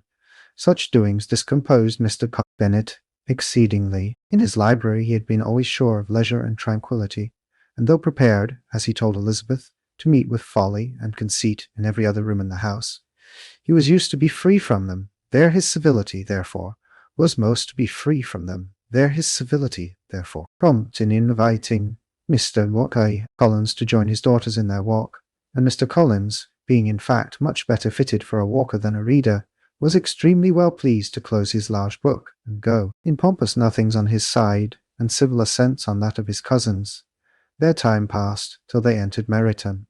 The attention of the younger ones was then no longer to be gained by him. Their eyes were immediately wandering up the street in quest of the officers, and nothing less than a very smart bonnet, indeed, or a really new muslin in a shop window, could recall them. But the attention of every lady was soon caught by a young man whom they had never seen before, of most gentlemanlike appearance, walking with an officer on the other side of the way. The officer was the very Mr. Denny concerning whose return from London Lydia came to inquire, and he bowed as they passed. All were struck with the stranger's air. All wondered who he could be, and Kitty and Lydia, determined if possible to find out, led the way across the street under pretence of wanting something in an opposite shop, and fortunately had just gained the pavement when the 2 gentlemen, turning back, had reached the same spot. Mr. Denny addressed them directly, and entreated permission to introduce his friend, Mr. Wickham, who had returned with him the day before from town, and he was happy to say had accepted a commission in their corps. This was exactly as it should be, for the young man wanted only regimentals to make him completely charming. His appearance was greatly in his favour. He had all the best parts of beauty, a fine countenance, a good figure, and very pleasing address. The introduction was followed up on his side by a happy readiness of conversation, a readiness at the same time perfectly correct and unassuming. And the whole party were still standing and talking together very agreeably, when the sound of horses drew their notice, and Darcy and Bingley were seen riding down the street. On distinguishing the ladies of the group, the two gentlemen came directly towards them, and began the usual civilities. Bingley was the principal spokesman, and Miss Bennet the principal object. He was then, he said, on his way to Longbourn on purpose to inquire after her. Mr. Darcy corroborated it with a bow, and was beginning to determine not to fix his eyes on Elizabeth, when they were suddenly arrested by the sight of the stranger, and Elizabeth, happening to see the countenance of both as they looked at each other, was all astonishment at the effect of the meeting. Both changed colour, one looked white, the other red. Mr. Young Wickham, after a few moments, touched his hat, a salutation, which Mr. Darcy just deigned to return. What could be the meaning of it? It was impossible to imagine. It was impossible not to long to know. In another minute, Mr. Bingley, but without seeming to have noticed what passed, took leave and rode on with his friend. Mr. Denny and Mr. O'Shea and Wickham walked with the young ladies to the door of Mr. Phillips's house, and then made their bows, in spite of Miss Lydia's pressing entreaties that they would come in, and even in spite of Mrs. Phillips throwing up the parlour window and loudly seconding the invitation. Mrs. Phillips was always glad to see her nieces, and the two eldest, from their recent absence, were particularly welcome, and she was eagerly expressing her surprise at their sudden return home, which, as their own carriage had not fetched them, she should have known nothing about if she had not happened to see Mr. Jones' shop-boy in the street, who had told her that they were not to send any more drafts to Netherfield, because the Miss Bennets were come away, when her civility was claimed towards Mr. R.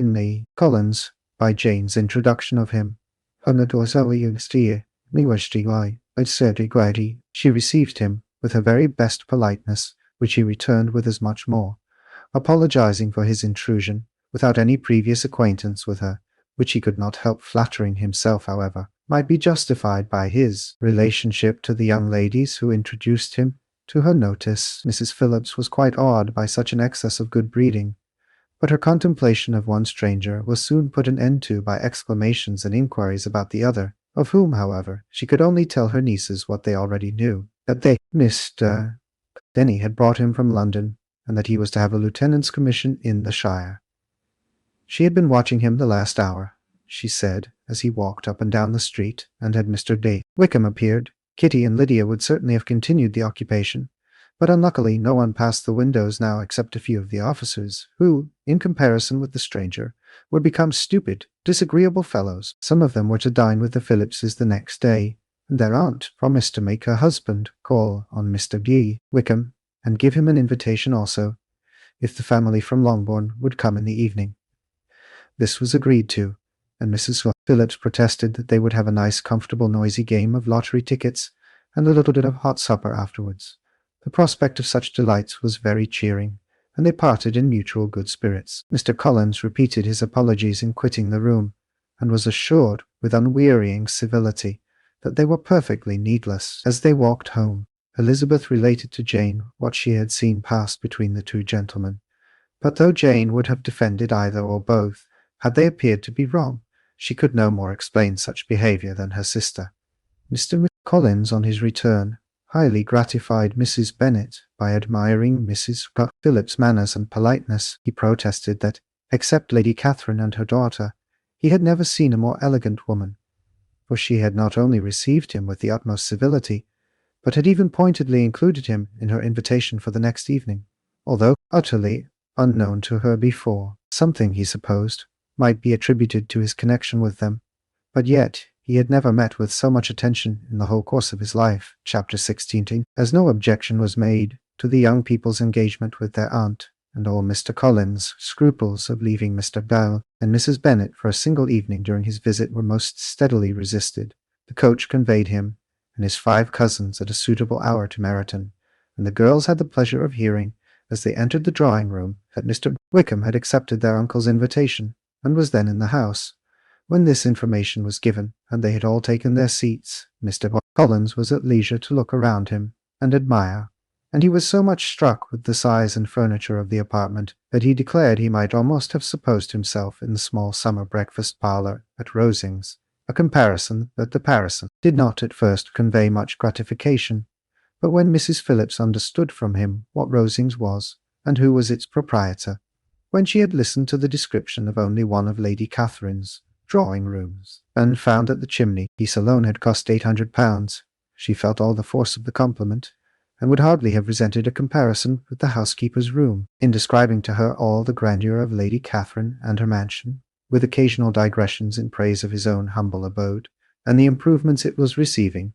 He was happily employed until the gentleman joined them, and he found in Oman Mrs. Phillips a very attentive listener, whose opinion of his consequence increased with what she heard, and who was resolving to retail it all among her neighbours as soon as she could. To the girls, who could not listen to their cousin, and who had nothing to do but to wish for an instrument, and examine their own indifferent imitations of china on the mantelpiece, the interval of waiting appeared very long. It was over at last, however. The gentleman did approach, and when Mr. Wickham walked into the room, Elizabeth felt that she had neither been seeing him before, nor thinking of him since, with the smallest degree of unreasonable admiration. The officers of the shire were in general a very creditable, gentlemanlike set, and the best of them were of the present party. But Mr. Wickham was as far beyond them all in person, countenance, air, and walk, as they were superior to the broad-faced, stuffy Uncle Phillips, breathing port wine, who followed them into the room. The officers of the shire d'Orient. Mr. Wickham was the happy man towards whom almost every female eye was turned, and Elizabeth was the happy woman by whom he finally seated himself, and the agreeable manner in which he immediately fell into conversation, though it was only on its step, being a wet night, and on the probability of a rainy season, made her feel that the commonest, dullest, most threadbare topic might be rendered interesting by the skill of the speaker, with such rivals for the notice of the fair as Mr. Wickham, and the officers. Mr. Collins seemed to sink into insignificance. To the young ladies he certainly was nothing, but he had still at intervals a kind listener in Mrs. Phillips, and was, by her watchfulness, most abundantly supplied with coffee and muffin. When the card tables were placed, he had an opportunity of obliging her, in return, by sitting down to whist. "I know little of the game at present," said he, "but I shall be glad to improve myself, for in my situation of life." Mrs. Phillips was very thankful for his compliance, but could not wait for his reason. Mr. Wickham did not play at whist, and with ready delight was he received at the other table, between Elizabeth and Lydia. At first there seemed danger of Lydia's engrossing him entirely, for she was a most determined talker. But being likewise extremely fond of lottery tickets, she soon grew too much interested in the game, too eager in making bets and exclaiming after her prizes, to have attention for anyone in particular. Allowing for the common demands of the game, Mr. Wickham was therefore at leisure to talk to Elizabeth, and she was very willing to hear him, though what she chiefly wished to hear she could not hope to be told, the history of his acquaintance with his acquaintance, Mr. Darcy. She dared not even mention that gentleman. Her curiosity, however, was unexpectedly relieved. Mr. Wickham began the subject himself. He inquired how far Netherfield was from Meryton, and after receiving her answer, asked in a hesitating manner how long Mr. Darcy had been staying there. "About a month," said Elizabeth, and then, unwilling to let the subject drop, added, "He is a man of very large property in Derbyshire, I understand." "Yes," replied Wickham. "His estate there is a noble one, a clear 10,000 per annum. You could not have met with a person more capable of giving you certain information on that head than myself, for I have been connected with his family, in a particular manner, from my infancy." Elizabeth could not but look surprised. "You may well be surprised, Miss Bennet, at such an assertion after seeing, as you probably might, the very cold manner of our meeting yesterday. Are you much acquainted with Mr. Darcy?" "As much as I ever wish to be," cried Elizabeth warmly. "I have spent 4 days in the same house with him, and I think him very disagreeable." "I have no right to give my opinion," said Wickham, "as to his being agreeable or otherwise. I am not qualified to form one. I have known him too long and too well to be a fair judge. It is impossible for me to be impartial, but I believe your opinion of him would, in general, astonish, and perhaps you would not express it quite so strongly anywhere else. Here you are in your own family. Upon my word, I say no more here than I might say in any house in the neighbourhood, except Netherfield. He is not at all liked in Hertfordshire, Everybody is disgusted with his pride. You will not find him more favourably spoken of by anyone. I cannot pretend to be sorry, said Wickham, after a short interruption, that he or that any man should not be estimated beyond their deserts. But with him, I believe, it does not often happen. The world is blinded by his fortune and consequence, or frightened by his high and imposing manners, and sees him only as he chooses to be seen. I should take him, even on my slight acquaintance, to be an ill-tempered man. Wickham only shook his head. I wonder, said he, at the next opportunity of speaking, whether he is likely to be in this country much longer. I do not at all know. But I heard nothing of his going away when I was at Netherfield. I hope your plans in favour of the Shire will not be affected by his being in the neighbourhood. Oh no, it is not for me to be driven away by Mr. Darcy. If he wishes to avoid seeing me, he must go. We are not on friendly terms, and it always gives me pain to meet him. But I have no reason for avoiding him, but what I might proclaim to all the world, a sense of very great ill-usage, and most painful regrets at his being what he is. His father, Miss Bennet, the late Mr. Darcy, was one of the best men that ever breathed, and the truest friend I ever had, and I can never be in company with this Mr. Darcy without being grieved to the soul by 1,000 tender recollections. His behaviour to myself has been scandalous, but I verily believe I could forgive him anything and everything, rather than his disappointing the hopes and disgracing the memory of his father. Elizabeth found the interest of the subject increase, and listened with all her heart, but the delicacy of it prevented further inquiry. Mr. Wickham began to speak on more general topics, Meryton, the neighbourhood, the society, appearing highly pleased with all that he had yet seen, and speaking of the latter, especially with gentle but very intelligible gallantry. It was the prospect of constant society, and good society, he added, which was my chief inducement to enter the Shire. I know it to be a most respectable, agreeable corps, and my friend Denny tempted me further by his account of their present quarters, and the very great attentions and excellent acquaintance Meryton had procured them. Society, I own, is necessary to me. I have been a disappointed man, and my spirits will not bear solitude. I must have employment and society. A military life is not what I was intended for, but circumstances have now made it eligible. The church ought to have been my profession. I was brought up for the church, and I should at this time have been in possession of a most valuable living, had it pleased the gentleman we were speaking of just now. Indeed, yes, the late Mr. Darcy bequeathed me the next presentation of the best living in his gift. He was my godfather, and excessively attached to me. I cannot do justice to his kindness. He meant to provide for me amply, and thought he had done it, but when the living fell, it was given elsewhere. Good heavens, cried Elizabeth, but how could that be? How could his will be disregarded? Why did not you seek legal redress? There was just such an informality in the terms of the bequest as to give me no hope from law. A man of honour could not have doubted the intention, but Mr. Darcy chose to doubt it, or to treat it as a merely conditional recommendation, and to assert that I had forfeited all claim to it by extravagance, imprudence, in short, anything or nothing. Certain it is that the living became vacant 2 years ago, exactly as I was of an age to hold it, and that it was given to another man, and no less certain is it that I cannot accuse myself of having really done anything to deserve to lose it. I have a warm, unguarded temper, and I may perhaps have sometimes spoken my opinion of him, and to him too freely. I can recall nothing worse. But the fact is that we are very different sort of men, and that he hates me. This is quite shocking. He deserves to be publicly disgraced. Some time or other he will be, but it shall not be by me. Till I can forget his father, I can never defy or expose him. Elizabeth honoured him for such feelings, and thought him handsomer than ever as he expressed them. But what, said she, after a pause, can have been his motive? What can have induced him to behave so cruelly? A thorough determined dislike of me, a dislike which I cannot but attribute in some measure to jealousy. Had the late Mr. Darcy liked me less, his son might have borne with me better, but his father's uncommon attachment to me irritated him, I believe, very early in life. He had not a temper to bear the sort of competition in which we stood, the sort of preference which was often given me. I had not thought Mr. Darcy so bad as this, though I have never liked him. I had not thought so very ill of him. I had supposed him to be despising his fellow creatures in general, but did not suspect him of descending to such malicious revenge, such much injustice, such inhumanity as this. After a few minutes' reflection, however, she continued. I do remember his boasting one day, at Netherfield, of the implacability of his resentments, of his having an unforgiving temper. His disposition must be dreadful. I will not trust myself on the subject, replied Wickham. I can hardly be just to him.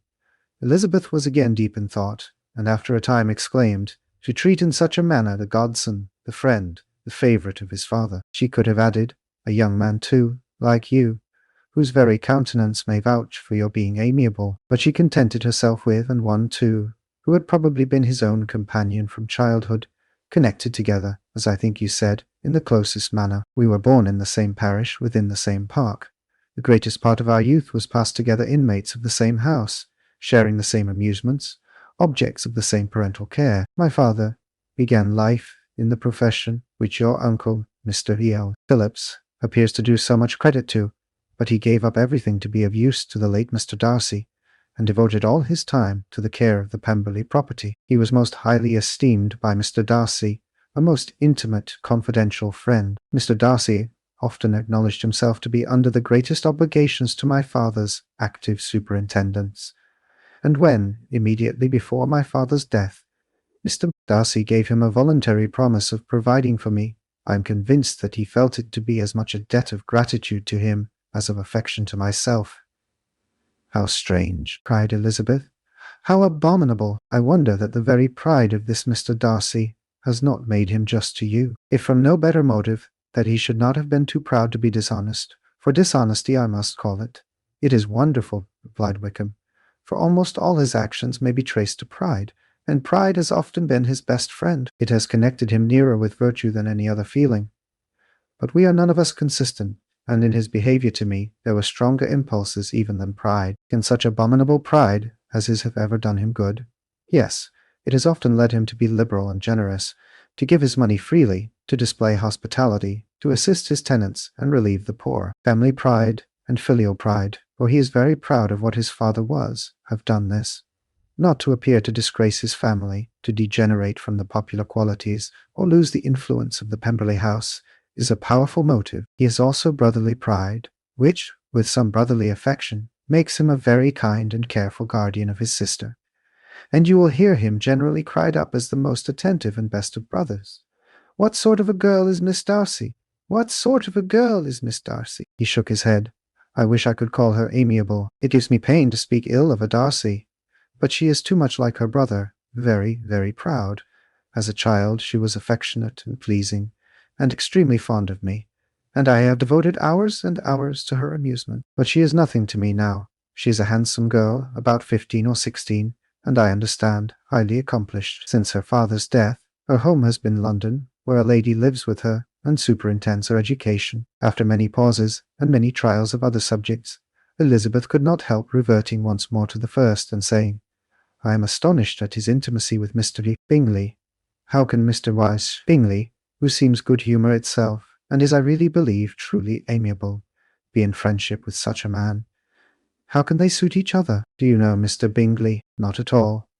He is a sweet-tempered, amiable, charming man. He cannot know what Mr. Darcy is. Probably not. But Mr. Darcy can please where he chooses. He does not want abilities.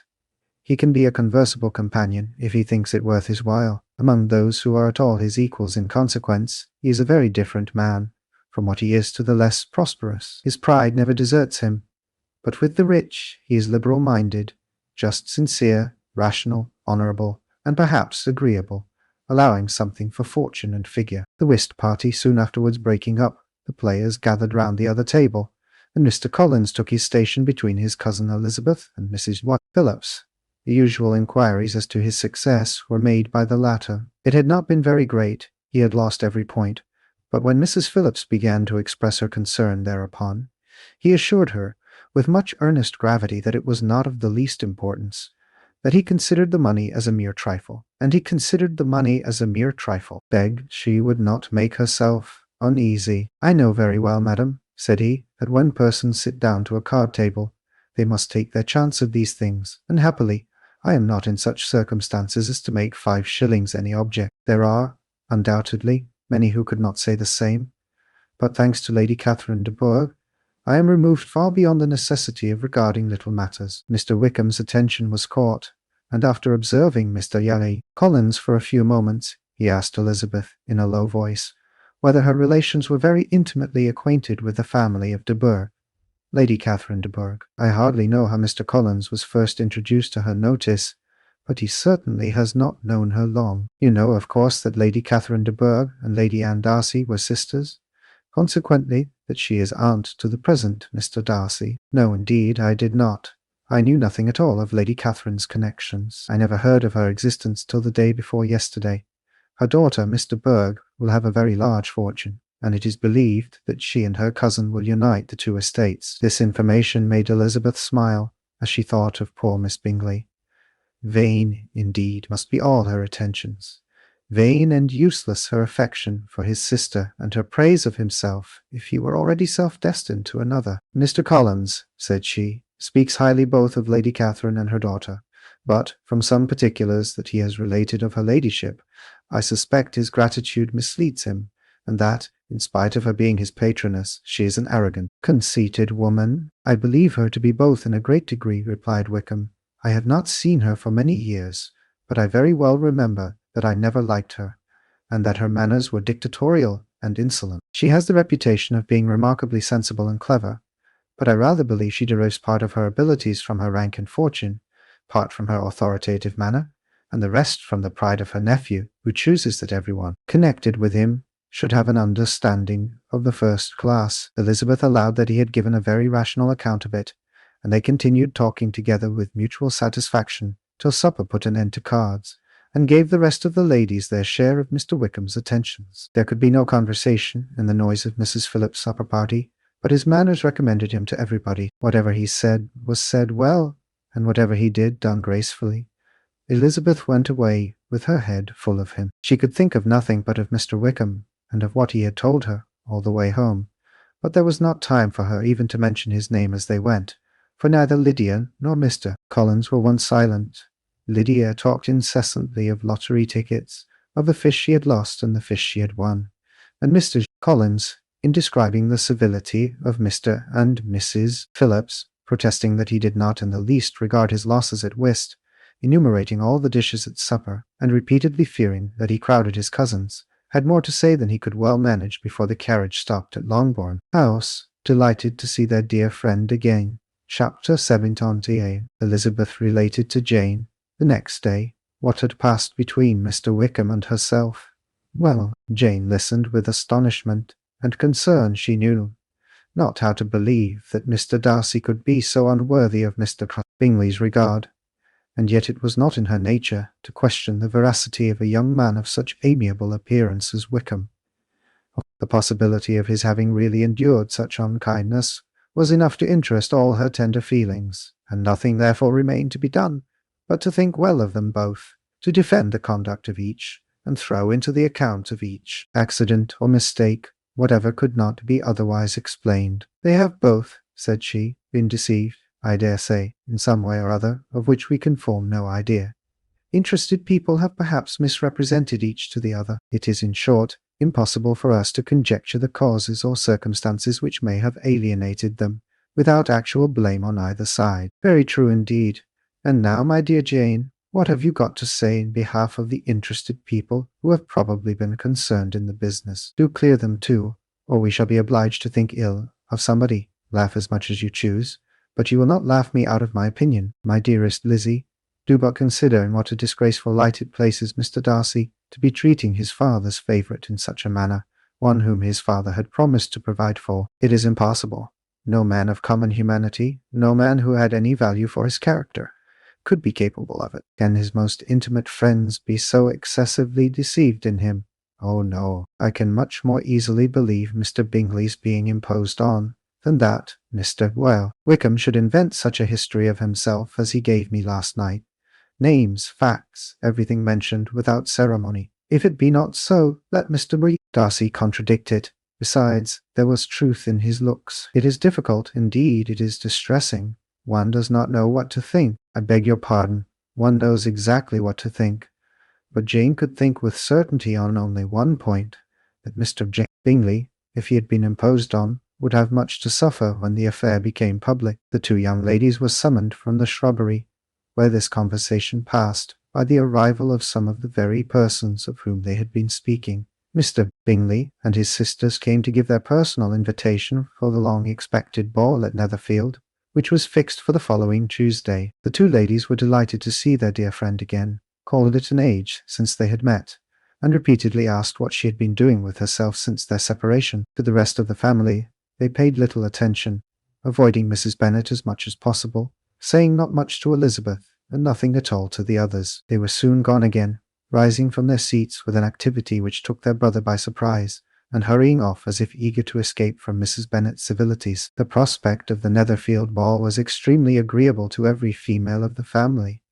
Mrs. Bennet chose to consider it as given in compliment to her eldest daughter, and was particularly flattered by receiving the invitation from Mr. Bingley himself, instead of a ceremonious card. Jane pictured to herself a happy evening in the society of her two friends, and the attentions of their brother, and Elizabeth thought with pleasure of dancing a great deal with Mr. Wickham, and of seeing a confirmation of everything in Mr. Darcy's look and behaviour. The happiness anticipated by Catherine and Lydia depended less on any single event or any particular person. For though they each, like Elizabeth, meant to dance half the evening with Mr. Dance half the evening, Wickham, he was by no means the only partner who could satisfy them, and a ball was, at any rate, a ball, and even Mary could assure her family that she had no disinclination for it. "While I can have my mornings to myself," said she, "it is enough. I think it is no sacrifice to join occasionally in evening engagements. Society has claims on us all, and I profess myself one of those who consider intervals of recreation and amusement as desirable for everybody." Elizabeth's spirits were so high on the occasion that though she did not often speak unnecessarily to Mr. Collins, she could not help asking him whether he intended to accept Mr. Bingley's invitation, and if he did, whether he would think it proper to join in the evening's amusement, and she was rather surprised to find that he entertained no scruple whatever on that head, and was very far from dreading a rebuke, either from the Archbishop or Lady Catherine de Bourgh, by venturing to dance. "I am by no means of opinion, I assure you," said he, "that a ball of this kind, given by a young man of character to respectable people, can have any evil tendency, and I am so far from objecting to dancing myself, that I shall hope to be honoured with the hands of all my fair cousins in the course of the evening, and I take this opportunity of soliciting yours, Miss Elizabeth, for the two first dances especially, a preference which I trust my cousin Jane will attribute to the right cause, and, not to any disrespect for her." Elizabeth felt herself completely taken in. She had fully proposed being engaged by Wickham for those very dances, and to have Mr. Collins instead. Her liveliness had been never worse timed. There was no help for it, however. Mr. Wickham's happiness and her own was perforce delayed a little longer, and Mr. Collins' proposal accepted with as good a grace as she could. She was not the better pleased with his gallantry, from the idea it suggested of something more. It now first struck her that she was selected from among her sisters as worthy of being the mistress of Hunsford Parsonage, and of assisting to form a quadrille table at Rosings, in the absence of more eligible visitors. The idea soon reached to conviction, as she observed his increasing civilities towards herself, and heard his frequent attempt at a compliment on her wit and vivacity, and though more astonished than gratified herself by this effect of her charms, it was not long before her mother gave her to understand that the probability of their marriage was exceedingly agreeable to her. Elizabeth, however, did not choose to take the hint, being well aware that a serious dispute must be the consequence of any reply. Mr. Collins might never make the offer.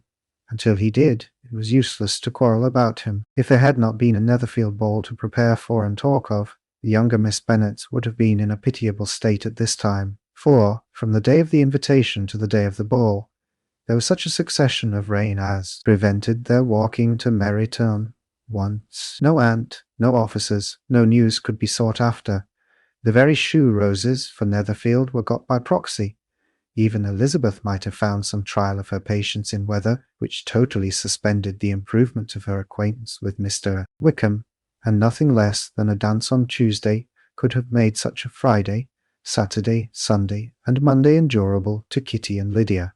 Chapter 18. Totty. Till Elizabeth entered the drawing-room at Netherfield, and looked in vain for Mr. Wickham among the cluster of red coats, there assembled. A doubt of his being present had never occurred to her. The certainty of meeting him had not been checked by any of those recollections that might not unreasonably have alarmed her. She had dressed with more than usual care, and prepared in the highest spirits for the conquest of all that remained unsubdued of his heart, trusting that it was not more than might be won in the course of the evening. But at an instant arose the dreadful suspicion of his being purposely omitted, for Mr. Darcy's pleasure in the Bingleys' invitation to the officers, and though this was not exactly the case, the absolute fact of his absence was pronounced by his friend Mr.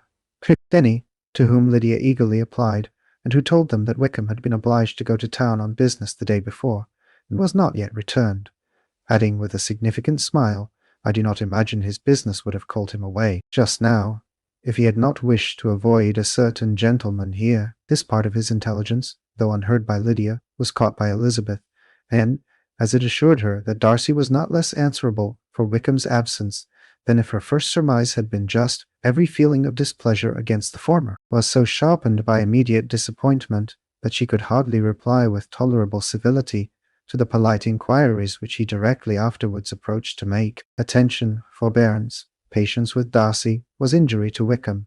She was resolved against any sort of conversation with him, and turned away with a degree of ill-humour which she could not wholly surmount even in speaking to Mr. Bingley, whose blind partiality provoked her. But Elizabeth was not formed for ill-humour, and though every prospect of her own was destroyed for the evening, it could not dwell long on her spirits, and having told all her griefs to Charlotte Lucas, whom she had not seen for a week, she was soon able to make a voluntary transition to the oddities of her cousin, and to point him out to her particular notice. The 2 first dances, however, brought a return of distress. They were dances of mortification.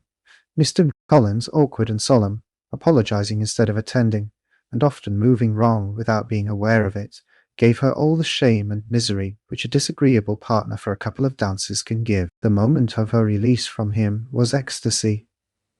She danced next with an officer, and had the refreshment of talking of Wickham, and of hearing that he was universally liked. When those dances were over, she returned to Charlotte Lucas, and was in conversation with her, when she found herself suddenly addressed by Mr. B. Darcy, who took her so much by surprise in his application for her hand, that without knowing what she did, she accepted him. He walked away again immediately, and she was left to fret over her own want of presence of mind.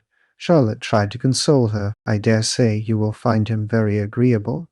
"Heaven forbid! That would be the greatest misfortune of all, to find a man agreeable whom one is determined to hate. Do not wish me such an evil." When the dancing recommenced, however, and Darcy approached to claim her hand, Charlotte could not help cautioning her, in a whisper, not to be a simpleton and allow her fancy for Wickham to make her appear unpleasant in the eyes of a man often times his consequence. Elizabeth made no answer, and took her place in the set, amazed at the dignity to which she was arrived in being allowed to stand opposite to Mr. Darcy, and reading in her neighbours' looks their equal amazement in beholding it. They stood for some time without speaking a word, and she began to imagine that their silence was to last through the 2 dances, and at first was resolved not to break it, till suddenly fancying that it would be the greater punishment to her partner to oblige him to talk, she made some slight observation on the dance. He replied, and was again silent. After a pause of some minutes, she addressed him a second time.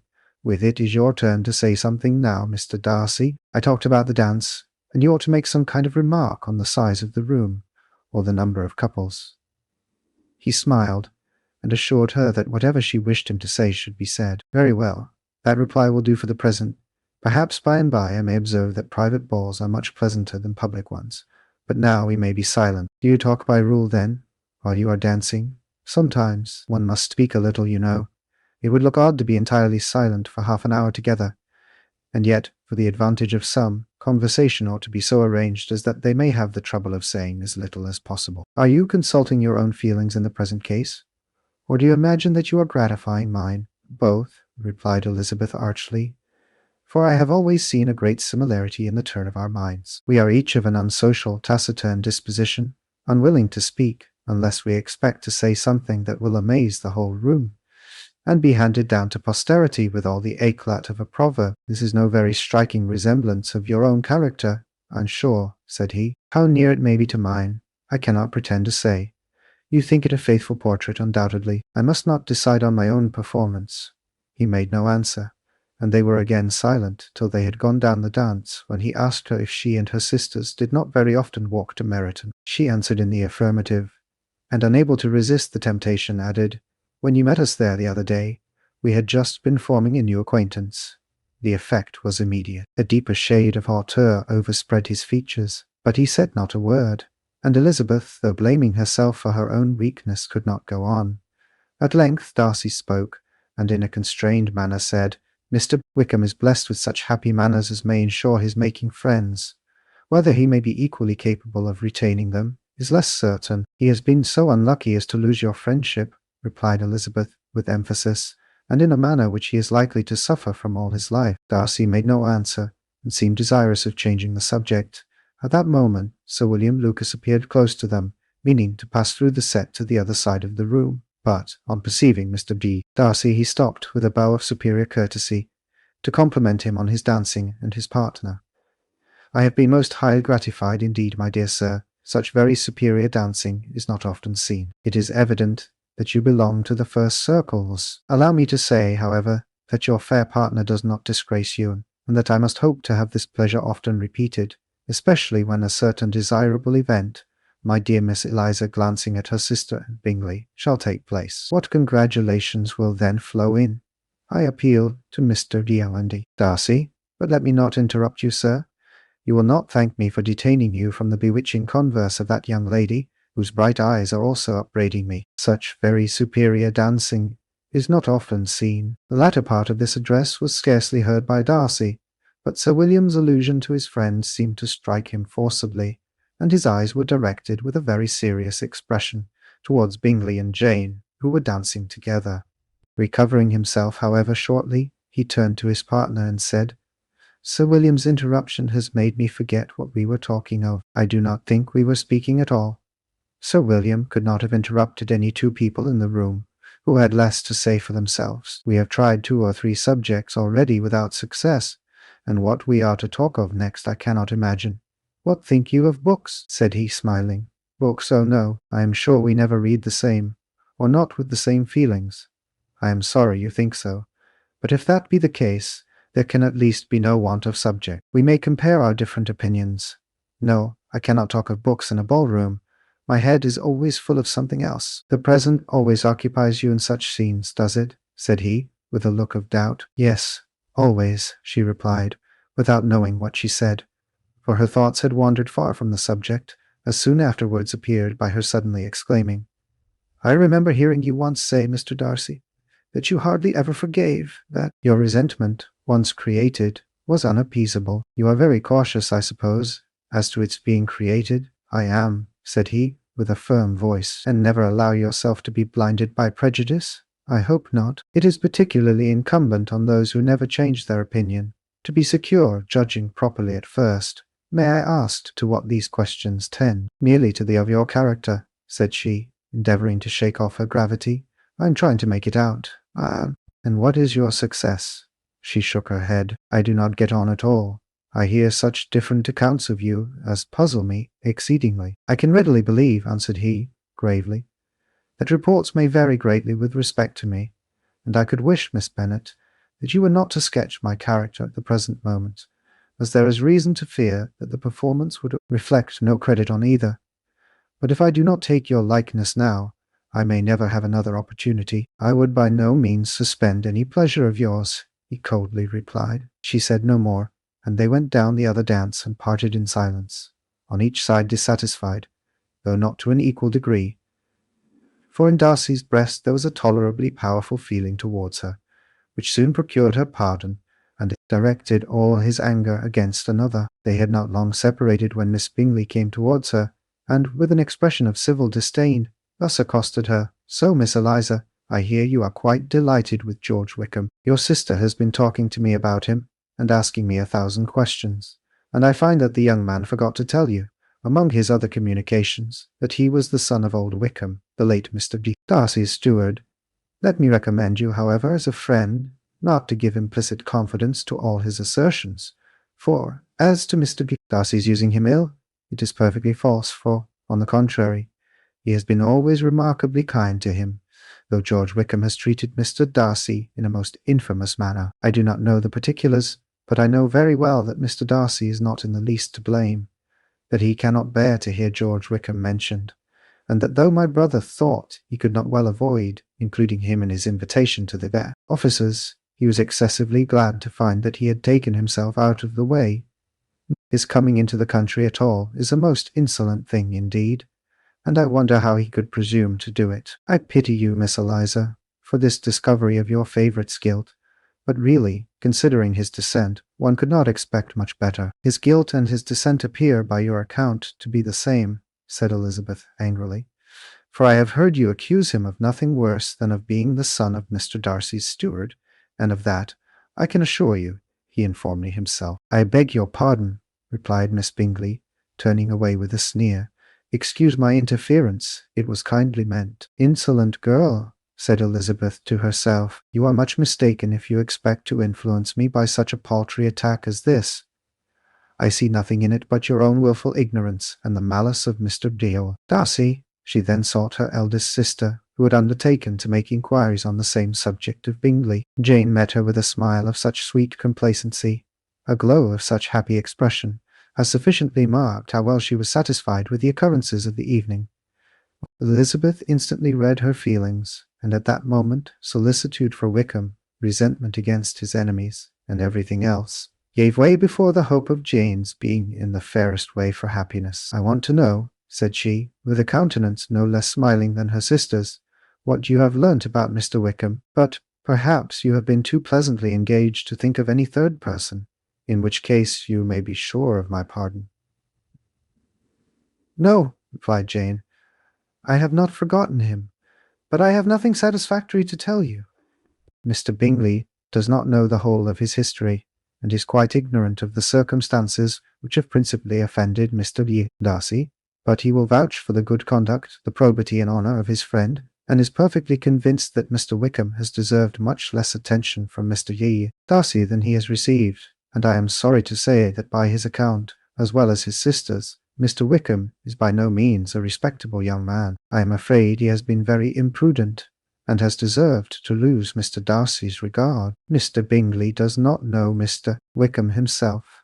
No, he never saw him till the other morning at Meryton.